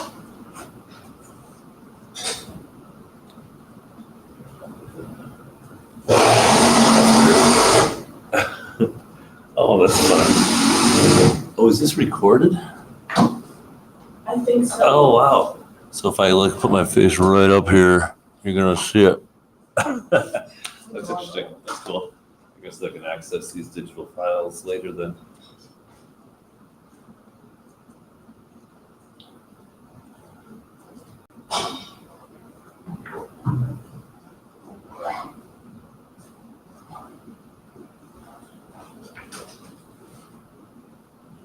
I said, You like, gotta run back and forth between both rooms, right? yeah, sometimes in the other room. Oh, John did. Excellent. Yeah. Crushing it. Trying to. Well, finally starting to get some breaks. So, I finally, well, because I got everything from concept to reality, now it's from reality to market. right. Well, now I'm going down next week, team up with a big insurance agency, Oh, wow. just help the systems do that. That's cool. And all their homes are 5 million and above. Right. And I also got them What sent out, systems do we get faulted by? just because we just got it to market. Oh, right. I mean, we just went through the first round of investors. Yeah, I thought you had about a few months ago already. But it's there, it's just just refining everything, getting everything ready. Yeah. Yeah, when Marcus said, yeah, it's gonna take you 2.5 years to get everything. Yeah. Yeah. It's gonna be challenging. Hi there. Hi. How are you? You good? Thanks for coming. We're gonna have a pretty small group today, apparently. I've got, there was. Do you? I gotta Will you roll. be parting too? Yeah, I gotta roll. Oh, gosh. All right. Well, then I'll do my best. The website said there was 7 attendees, but so it goes. I'm Kurt. Yeah, I met you Hi. Huang Brown. Yeah, that's trying to remember where you were familiar from. Yeah, and at that time it was I was trying to create for-profit, but I changed over to nonprofit. Oh, okay. So. And you are? I'm Nancy. Hi, Nancy. I'm Kurt. Nice to meet you. Pleasure to have you here. We'll do our best with a small group here today. That is just about where it blinds me best. So I guess I'll just get started. So I'm Kurt Bear, and we've met before already, but I'm the founder and the owner of FoCo Think Tank. And FoCo Think Tank builds small business owner groups. And so I like to say it's like 2 parts board meeting, 1 part support group. And we hire business veteran facilitators to manage these groups and be the minder of all these entrepreneurs and really have them, they get the experience of having like a board meeting. They have somebody to hold them accountable. It's kind of a lonely place sometimes to be a business owner and the decider of big decisions.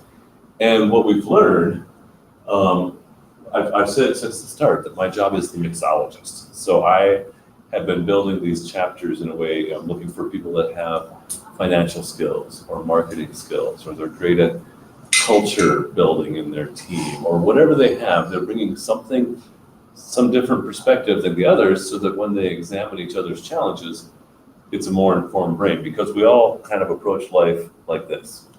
And so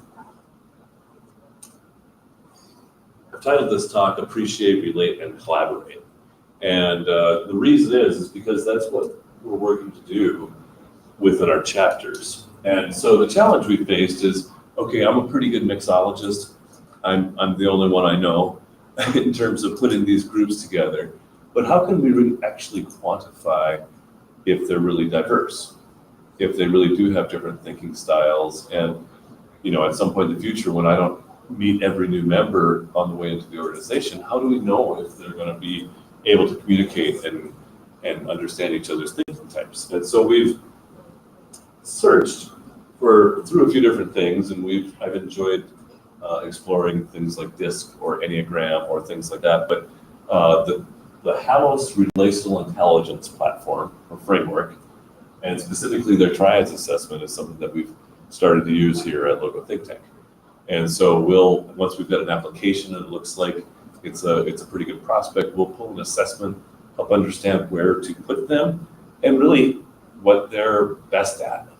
And it's a system that was developed in Brazil. The founder is a fellow named Marco Antonio Figueiro. And myself and my team took a 24-hour certification with Marco and his team last year. And so the grounding, the base, if you will, of Halos is intended to help us move, from the logical intelligence of kind of yesteryear, where it was like one person standing in front of a classroom and they just do like I say and then you'll be good, to kind of the emotional intelligence elements of the last, say, 20 years. It's been more important to understand that element. And then Halos positions itself as the next step in that process of relational intelligence. Not just how am I feeling, how are you feeling, but what is your thinking type, what is your style, and how do I better relate with you? And then best is how do we collaborate together using your strengths and my strengths and covering over your weaknesses and my weaknesses instead of having challenging arguments about what we should actually do next. And so through this, the people that go through some training and testing can really increase their self-awareness, understand themselves better. They can appreciate the diversity and the value that diversity brings into a conversation. And they can build stronger relationships that are built on understanding rather than confusion. Because sometimes, I don't know what you guys do. Do you have people that you struggle to get along with sometimes? Especially, not too many. Along with, but more to understand how they think. Right. I see both of you are wearing a ring, or you do both have spouses that sometimes you just don't understand. Oh, I'm sorry, I missed it out. Wrong finger. Like even that interspousal communication can really be a challenging thing. Well, how does he think that way? And so one of the reasons we chose this platform, I guess, or framework of Halos was it's simple. There's only 5 types. And the way it's set up is that each person, and I'll get into this more, but each person has 2 essential types that contend with each other in a way of like a yin and a yang almost. And they help to sharpen our focus and our perception. And if we only saw the world one way, it's almost like how stereo is better than mono. If you can see it through different lenses, you can learn better. And so the 5 types are the thinker, who's very focused on values and philosophy. They have, a lot of thoughts about essential purposes. They might be writers or creators otherwise. And they have a lot of vision. Visionary is often this type. The achiever is focused on action and results. Go ahead. I'm sorry, but I kind of messed up. I noticed that you had this presentation, but I don't know what's the name of the presentation. Oh, this is Appreciate, Relate, and Collaborate. Okay. And it's an unfolding of the Halos Relational Intelligence Framework, which is a relatively unknown system around here in Colorado and in the US, but it's a Brazilian system I've been learning. Okay, do you have anything? Any handouts or anything? No, there'll be information on our website that you can use, but you're not too late to catch up. This will be fine. Okay. If you want to stay. Sure. Sure. So, the achiever, the second type, is the entrepreneur achiever is also another language they use at times, and I would say Olympic athletes. So many of our members and our facilitators, people that start businesses, it takes a lot of just power sometimes, and that orange is kind of that powerful, goal-oriented person. The green is a relationships-focused person. Hello. Hi. And so they're focused. They're very strong in empathy. They're people first always. They're enjoyable to work with. And then the blue type is the planner, organizer. They have a place for everything. Everything is place. They can be very great at structuring organizations and keeping your finances in good shape, and very analytical. they can be a little resistant to change and sometimes seem cold. And then finally, the fifth type is the integrator. And the integrator is the brown type. It's kind of the systemic thinker. Think of it, when you mix all the colors together, you kind of get brown. They're like that, but they think about the unintended consequences. They want to understand more information always, and as such, they can seem very slow, especially to the orange type. They don't like to be pushed around. They want to gather enough evidence to make a good decision instead of being impulsive and doing things like the whites or the oranges might. I keep going to the wrong computer to change my slide. So another way I like to think about these different types is kind of with this body here. So the white type is kind of like blank slate, dreamer, lots of ideas. I'm a white type as my dominant, and it's I have 100 ideas a week, I like to say, and 90 of them are dumb. And so that's why I have to have a team around me to shoot down the dumb ideas. The blue type is that logical brain, that very analytical person. Green is the heart, that's that kind of feelings focused person and understanding of other people's perspectives. The orange is that gut, that drive and determination that powers an organization many times. And the brown kind of ties them all together and sees how this part of the organization functions with this and what do we need to do to make this work more smoothly, things like that. So the founder's theory is that almost no organizations get really big without having a brown in the leadership team. He hasn't found it yet, he says. So, gosh, I'm going to run the computer again. So that's me. I'm a white type first and then a green type second. And I'll tell you more about the third type here in a moment, but the two essential types, like I was saying earlier, and for your benefit who came late, these two essential types are there for birth, according to the framework, and they contend against each other for the perspective and the view. So my white and my green are kind of in tension for like how I see the world. And I like to see that I observed soon after taking this test that my business name is LoCo, Local Community Think Tank. And so it's the white, the thinking place, and the community place where we gather together to think. And so that's me. This is my team. So Deb joined me about, her anniversary is coming up. She'll be 3 years this fall in just a couple weeks. I should probably do a card, but I'm the white type and I lose track of details and things like that sometimes. So Deb and I spent about 2.5 hours together in our first interview when I was looking for a helper, and she was just like, "This is the best thing I've ever seen, and then, how did you get so smart?" And those kinds of things, and I just had a great affection for her. And despite building a lot of systems, she's actually my administrative person because she has found how to build systems to exercise her blue, kind of the organized person, to help her serve people because she's all about the people, first and foremost. Alma, on the other hand, joined the team 1.5 years ago, and her nature is very organized and really has helped us to organize and help me to not go from A to Z when I'm doing a presentation or walking people through a topic, but there's a process, and she helps me to understand the process. I'm full of the good words, and I have ideas, and she's diligent in when she does all of our digital stuff. So when something breaks in the computer or the printer, I'm just like, I just want to smash the printer. And she's like, well, no, we should check this. And then if it's not that, then we can do this, and then we can reset this if we need to. And so she's a great benefit to the team. And one of the cool things from our training last fall was as we were unfolding these and learning more and more, and she's 19, soon 20. She joined us as an intern and is now a full-time employee, but she's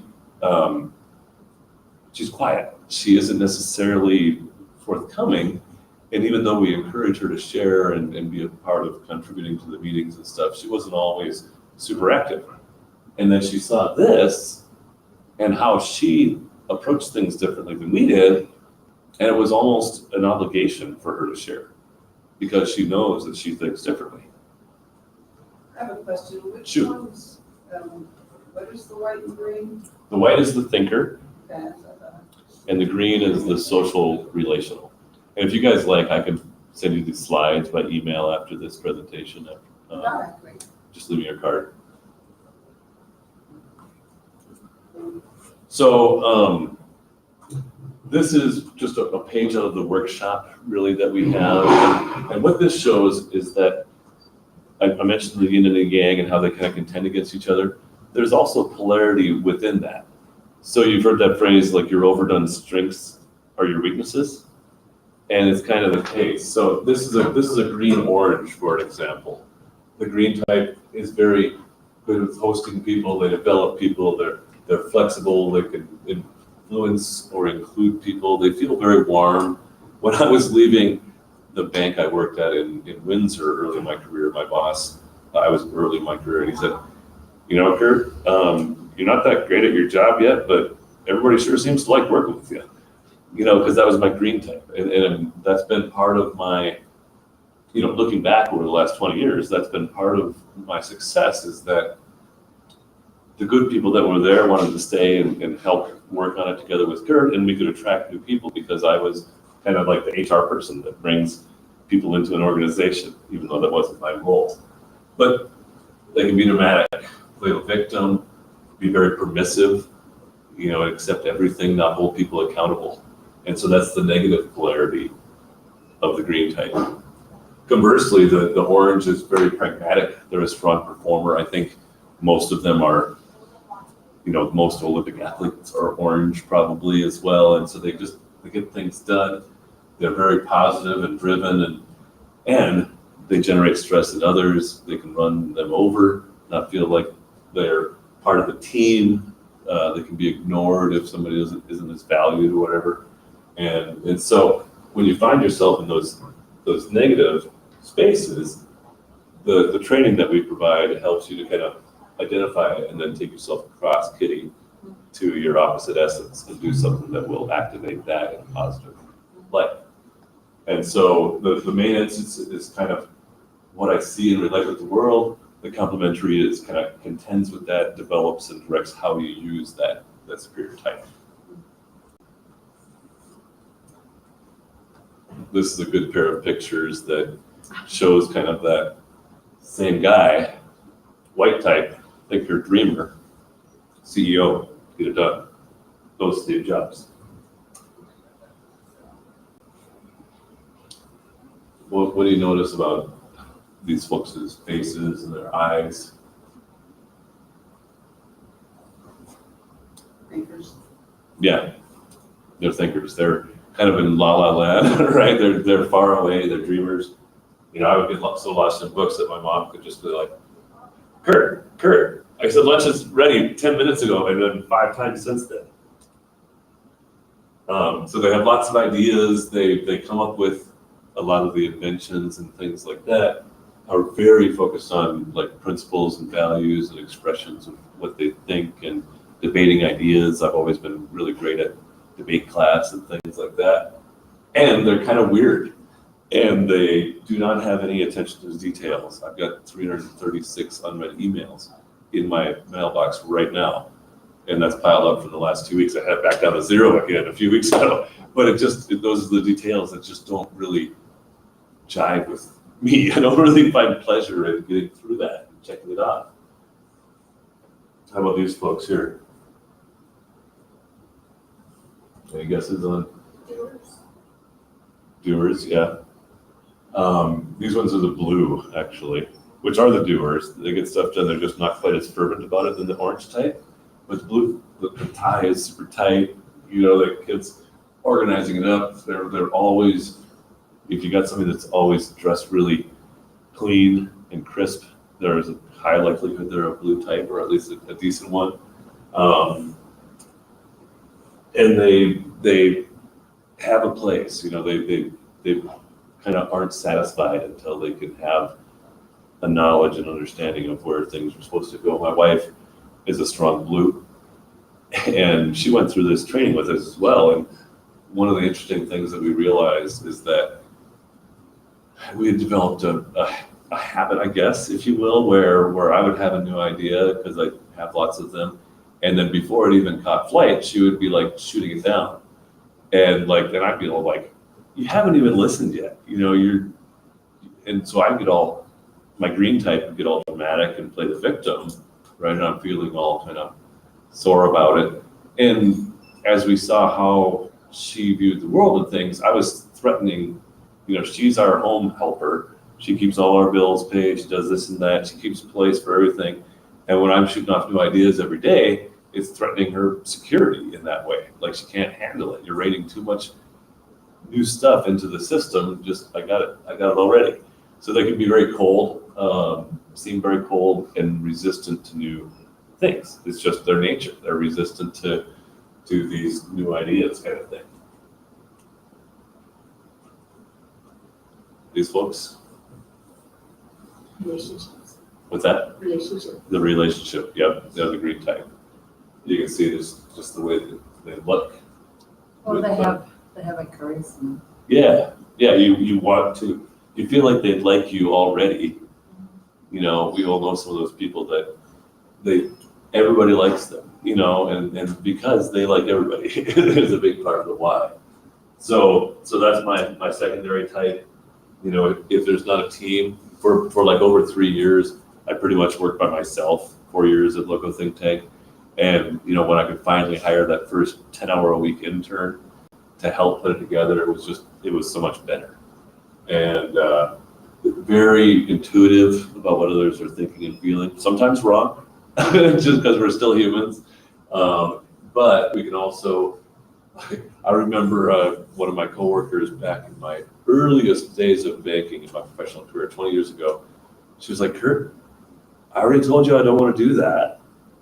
But if you keep talking, you're going to persuade me to do it. And so stop, because I just have that way. And so sometimes even we have these facilitators I mentioned that are high achieving business veterans, and we set them up with a chapter, and they become kind of the board chair for that group. And I get so excited about what that role is and stuff. Sometimes I've brought people into that role that actually didn't relish the role.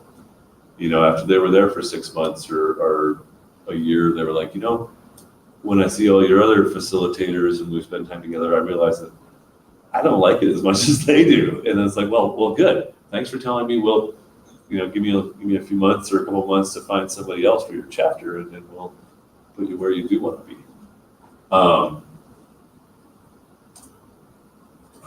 This is the orange type. I think it's looks like there you can see Orange Steve up there in the corner. Very, get it done. So we have about 35% female members in our chapters, and there's a lot of orange generally, but most of the ladies, and I think partly because sometimes it's harder to get a business off the ground and going, especially in men's industries and stuff, they're bright orange. A lot of my gals in my organization are the most orange because they're so driven, they wouldn't stop until they got it built. And a lot of them are balancing families and things at the same time. And so it really takes a lot of desire to climb the mountain to build a business while you're raising families and things like that. And so they can be superheroes on your team. The highest sales professional is likely an orange type most of the time. Sometimes greens get it done because people just like them so darn much, but the oranges will just keep going. They can be workaholics. I mentioned they can run over people, feel like they're barking orders to people that are not as capable as them.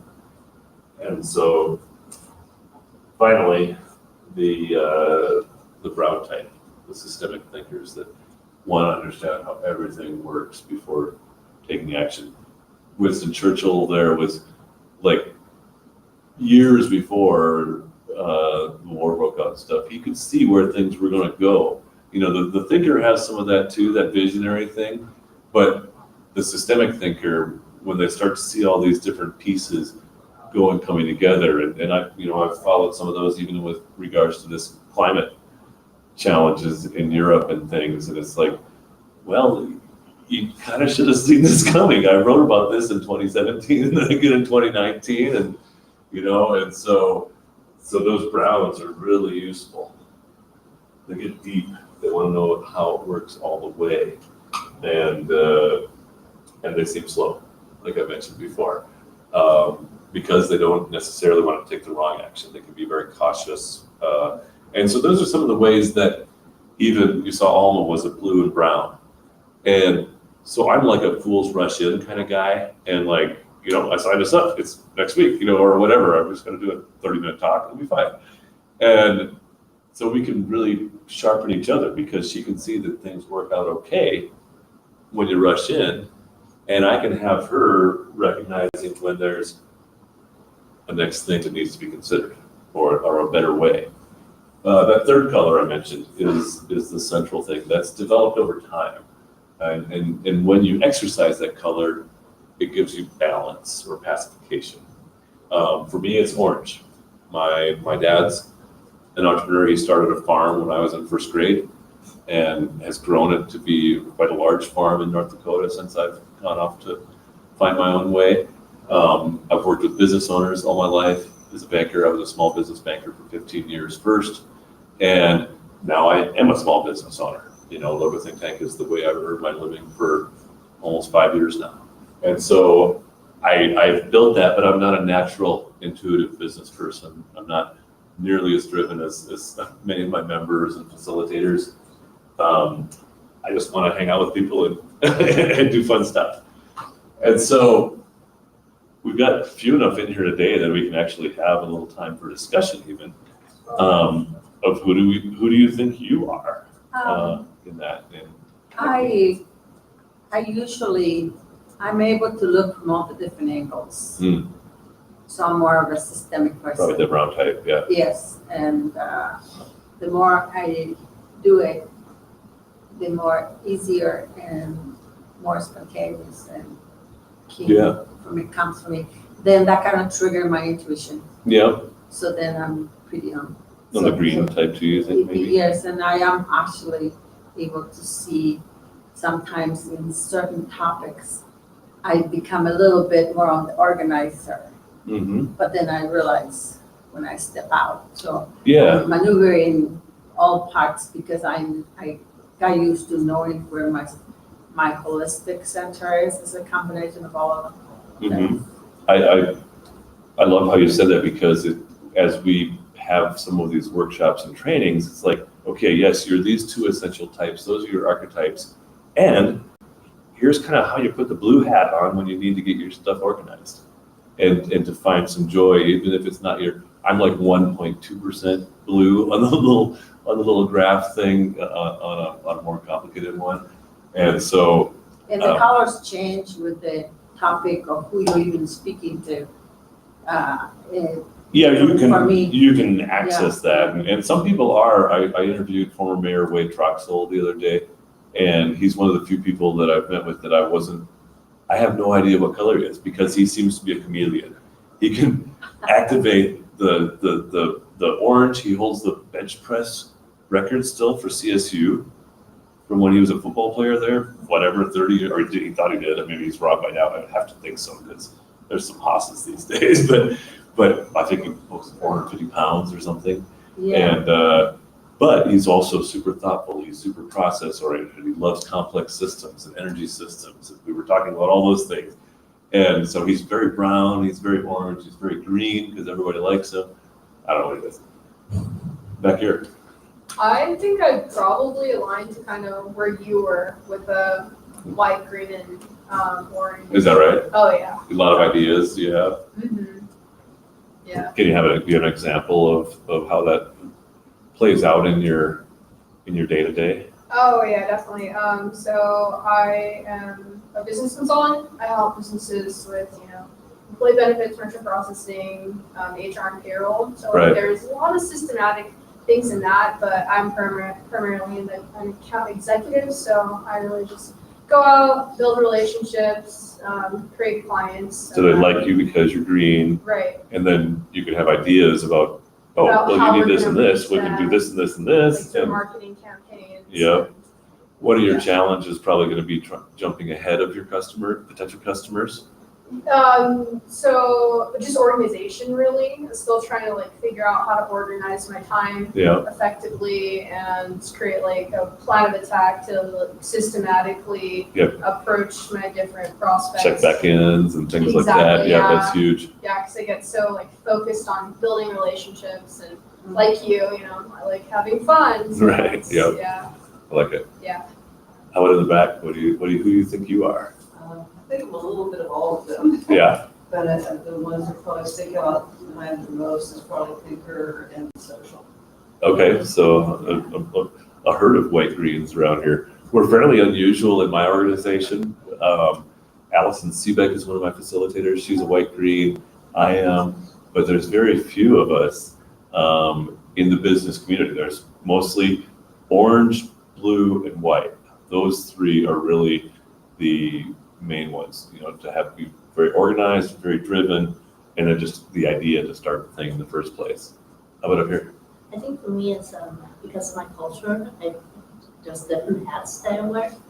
That I could, I'm definitely a social person, but I'm also an achiever. I like results because I'm goal oriented. Yeah. So that green orange that was up there might be you.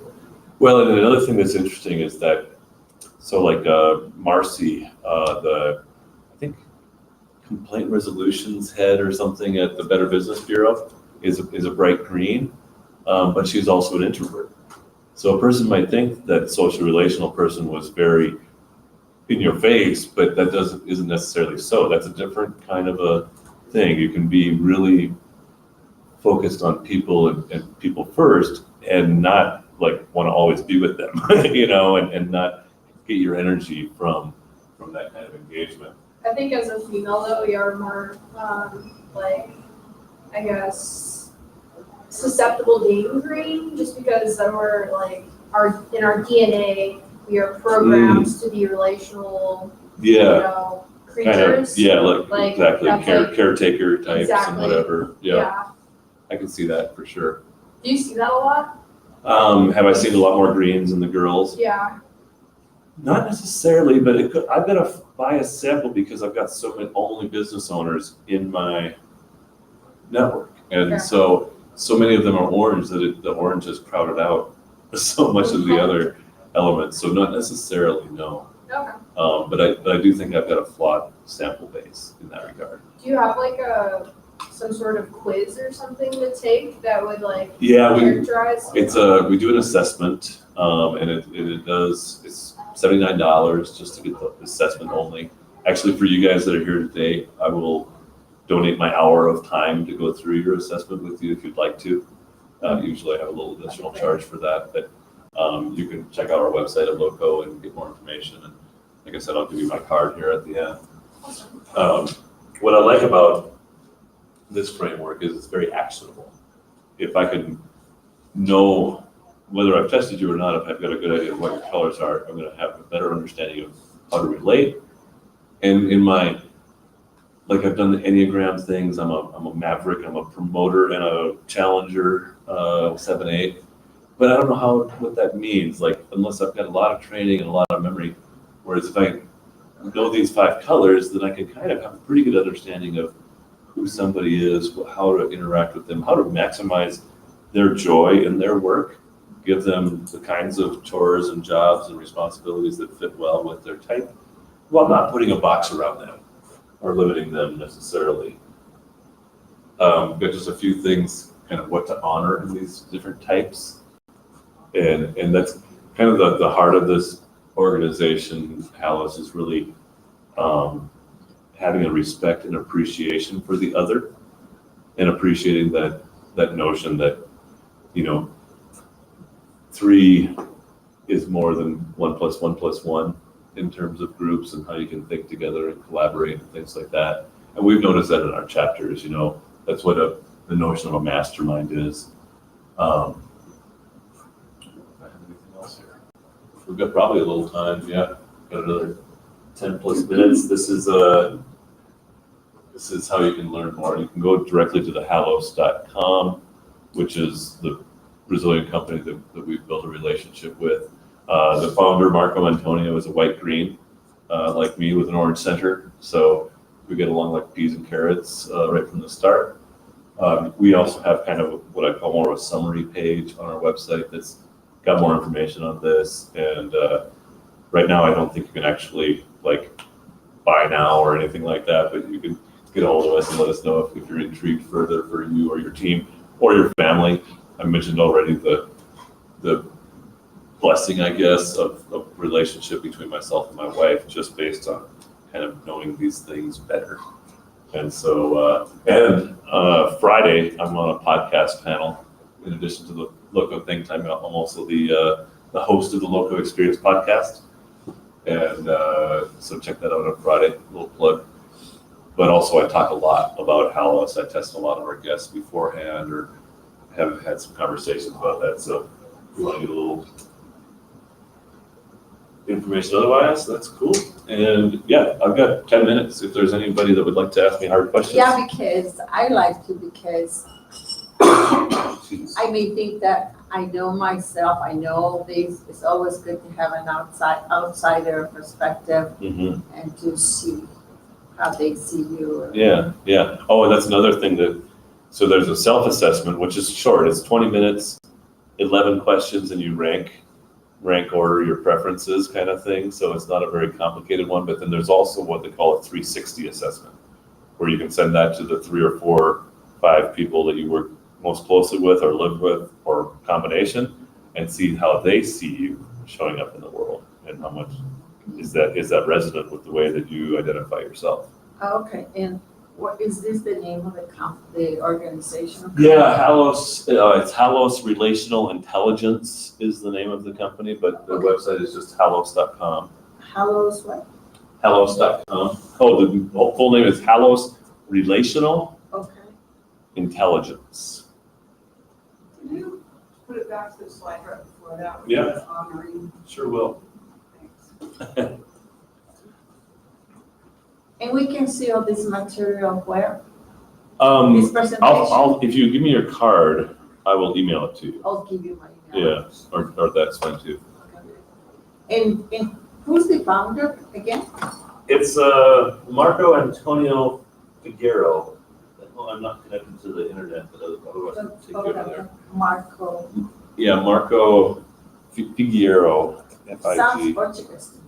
Well, he's Brazilian, so yeah, it's a Portuguese. I mean, that's their language, is Portuguese in Brazil. Yeah, yes, it is. Yeah. So one of my facilitators is from Brazil.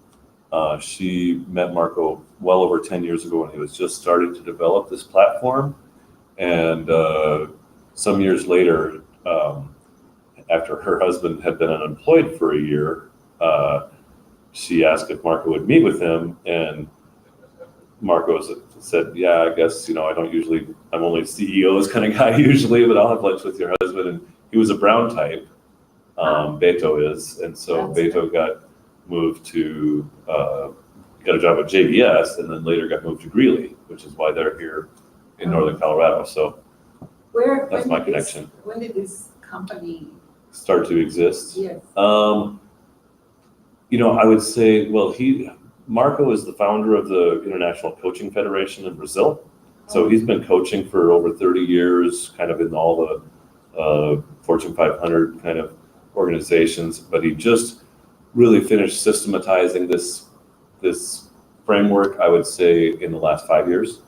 Wow. And it's 2014, I think, was when it was really first approved. You can't get certified, you can't get continuing education credits yet here in America for it. But he just finished his doctorate from the University of Manchester in England, and has been pretty well received. So there's a lot of Halos in Europe, especially in Spain, Portugal, UK, less in France because they just talk funny over there. And then all across South America, Chile, Argentina, Brazil. And this is a way to get to you, to communicate with you, Kurt, at Loco Think Tank. Yeah, that's right. I'm happy I can give anybody a card that would like to put Yeah, in their database or something too. Well, it's pretty interesting, the words Loco Think Tank. Yeah. Because I know what they mean. I already have one. Oh, yeah, you Yeah. got me too. Yeah, I stole the name from my friend with local food distribution. Because I was going to create local think tank.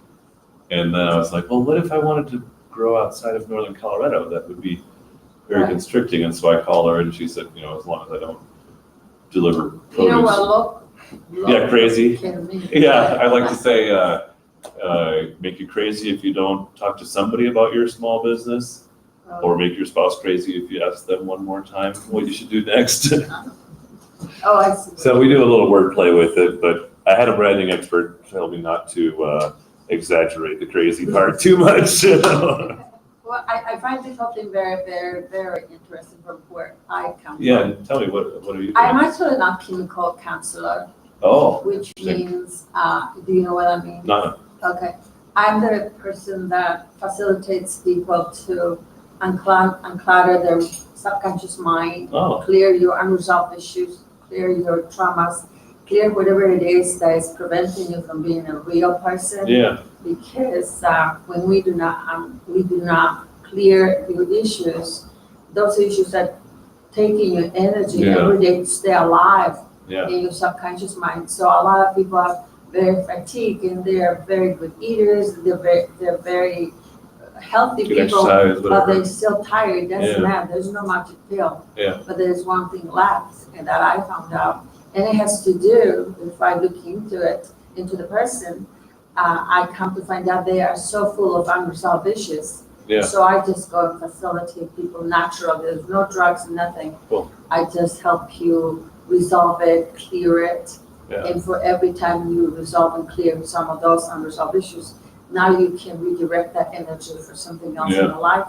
Yeah. And eventually it allows you to free yourself up to be who you really are and do what you really want. These are like chains that hold you back. I don't disagree. And I am one of those people that help you. You just with talk only, or do you use zappers or anything? No, I don't do anything. I just, people first need to be able to trust me. So people are easy to trust me just by being myself. They open up. And then as soon as I see they're going into a certain direction, then we go in. Whether I use through a visualization or whether I use whatever method I do naturally, but I don't do it I do not fix it for them. Yeah. A lot of people have come over and wanted to pay me a lot of money. Can you just knock me out and fix the bridges? And then when I come out, no, I'm sorry. No, that's the nature of it. You gotta be the one to learn it, as to do it yourself. Same philosophy with our businesses. So We can't fix you. And also because of my strong background in right hemisphere and left hemisphere, the different responsibilities that exist in each of us, because each hemisphere does command how you are and who you are. Yeah. So, and again, I have helped people open that communication between your right hemisphere, your logical mind, and your feelings. Yeah. That makes you more of a holistic person. I've done that to myself, so that's, I think, why. Yeah, that's cool. I'd be happy to have a cup of coffee sometime if you'd like. Okay. Any other questions, thoughts? Rotten Tomatoes? No Rotten Tomatoes? Okay. Well, we'll wrap this up then. Thanks for being here. Thank you. Yeah.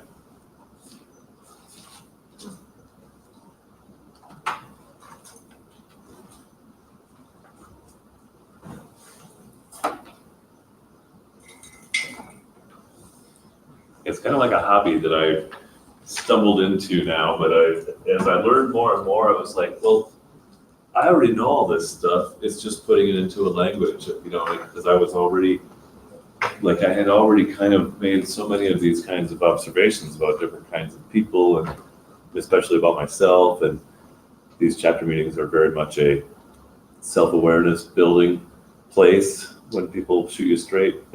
Well, and minimize this communications, and it makes your whatever it is you want to accomplish much easier and quicker. Yeah. Especially if you got a team all rowing in the same direction. So, were we going to do what did you say you have a few minutes? Do I have a few minutes? Yeah. I got just a couple. Okay. You mentioned something if we wanted to, Oh, if you want to do an assessment? yeah, Yeah, just email me okay, and then I'll have your email and that's how I can order the assessment. okay. And I'll give you my card, you got my card already. Yeah.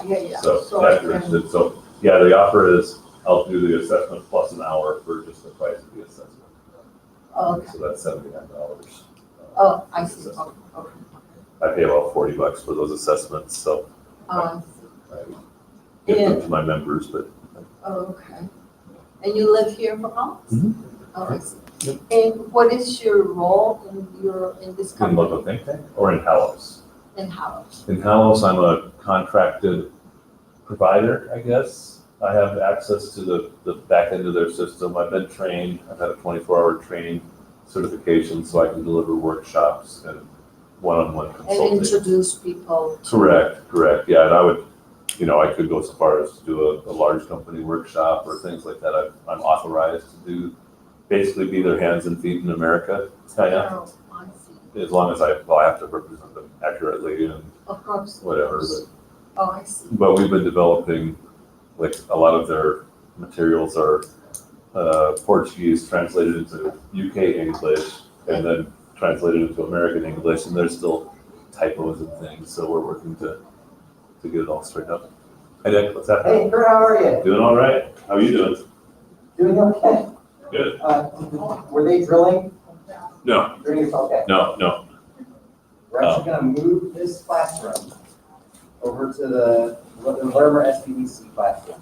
So we're putting out science now, but I just wanted to let everyone know, we're gonna be heading over to Larimer County for Larimer SPDC classroom, which, So whatever was supposed to be here isn't gonna be here? so Next. you're here. Everybody's just gonna go just right down one building. I don't, but I can give you my. Yeah, of course. That's how I get it over there. Yeah, that's right. Okay, because I'm very much. Okay, good. And I think I have a different. Kurt, how you doing? Doing well. So what's coming here, being presented here? Psychological safety, I think, is next.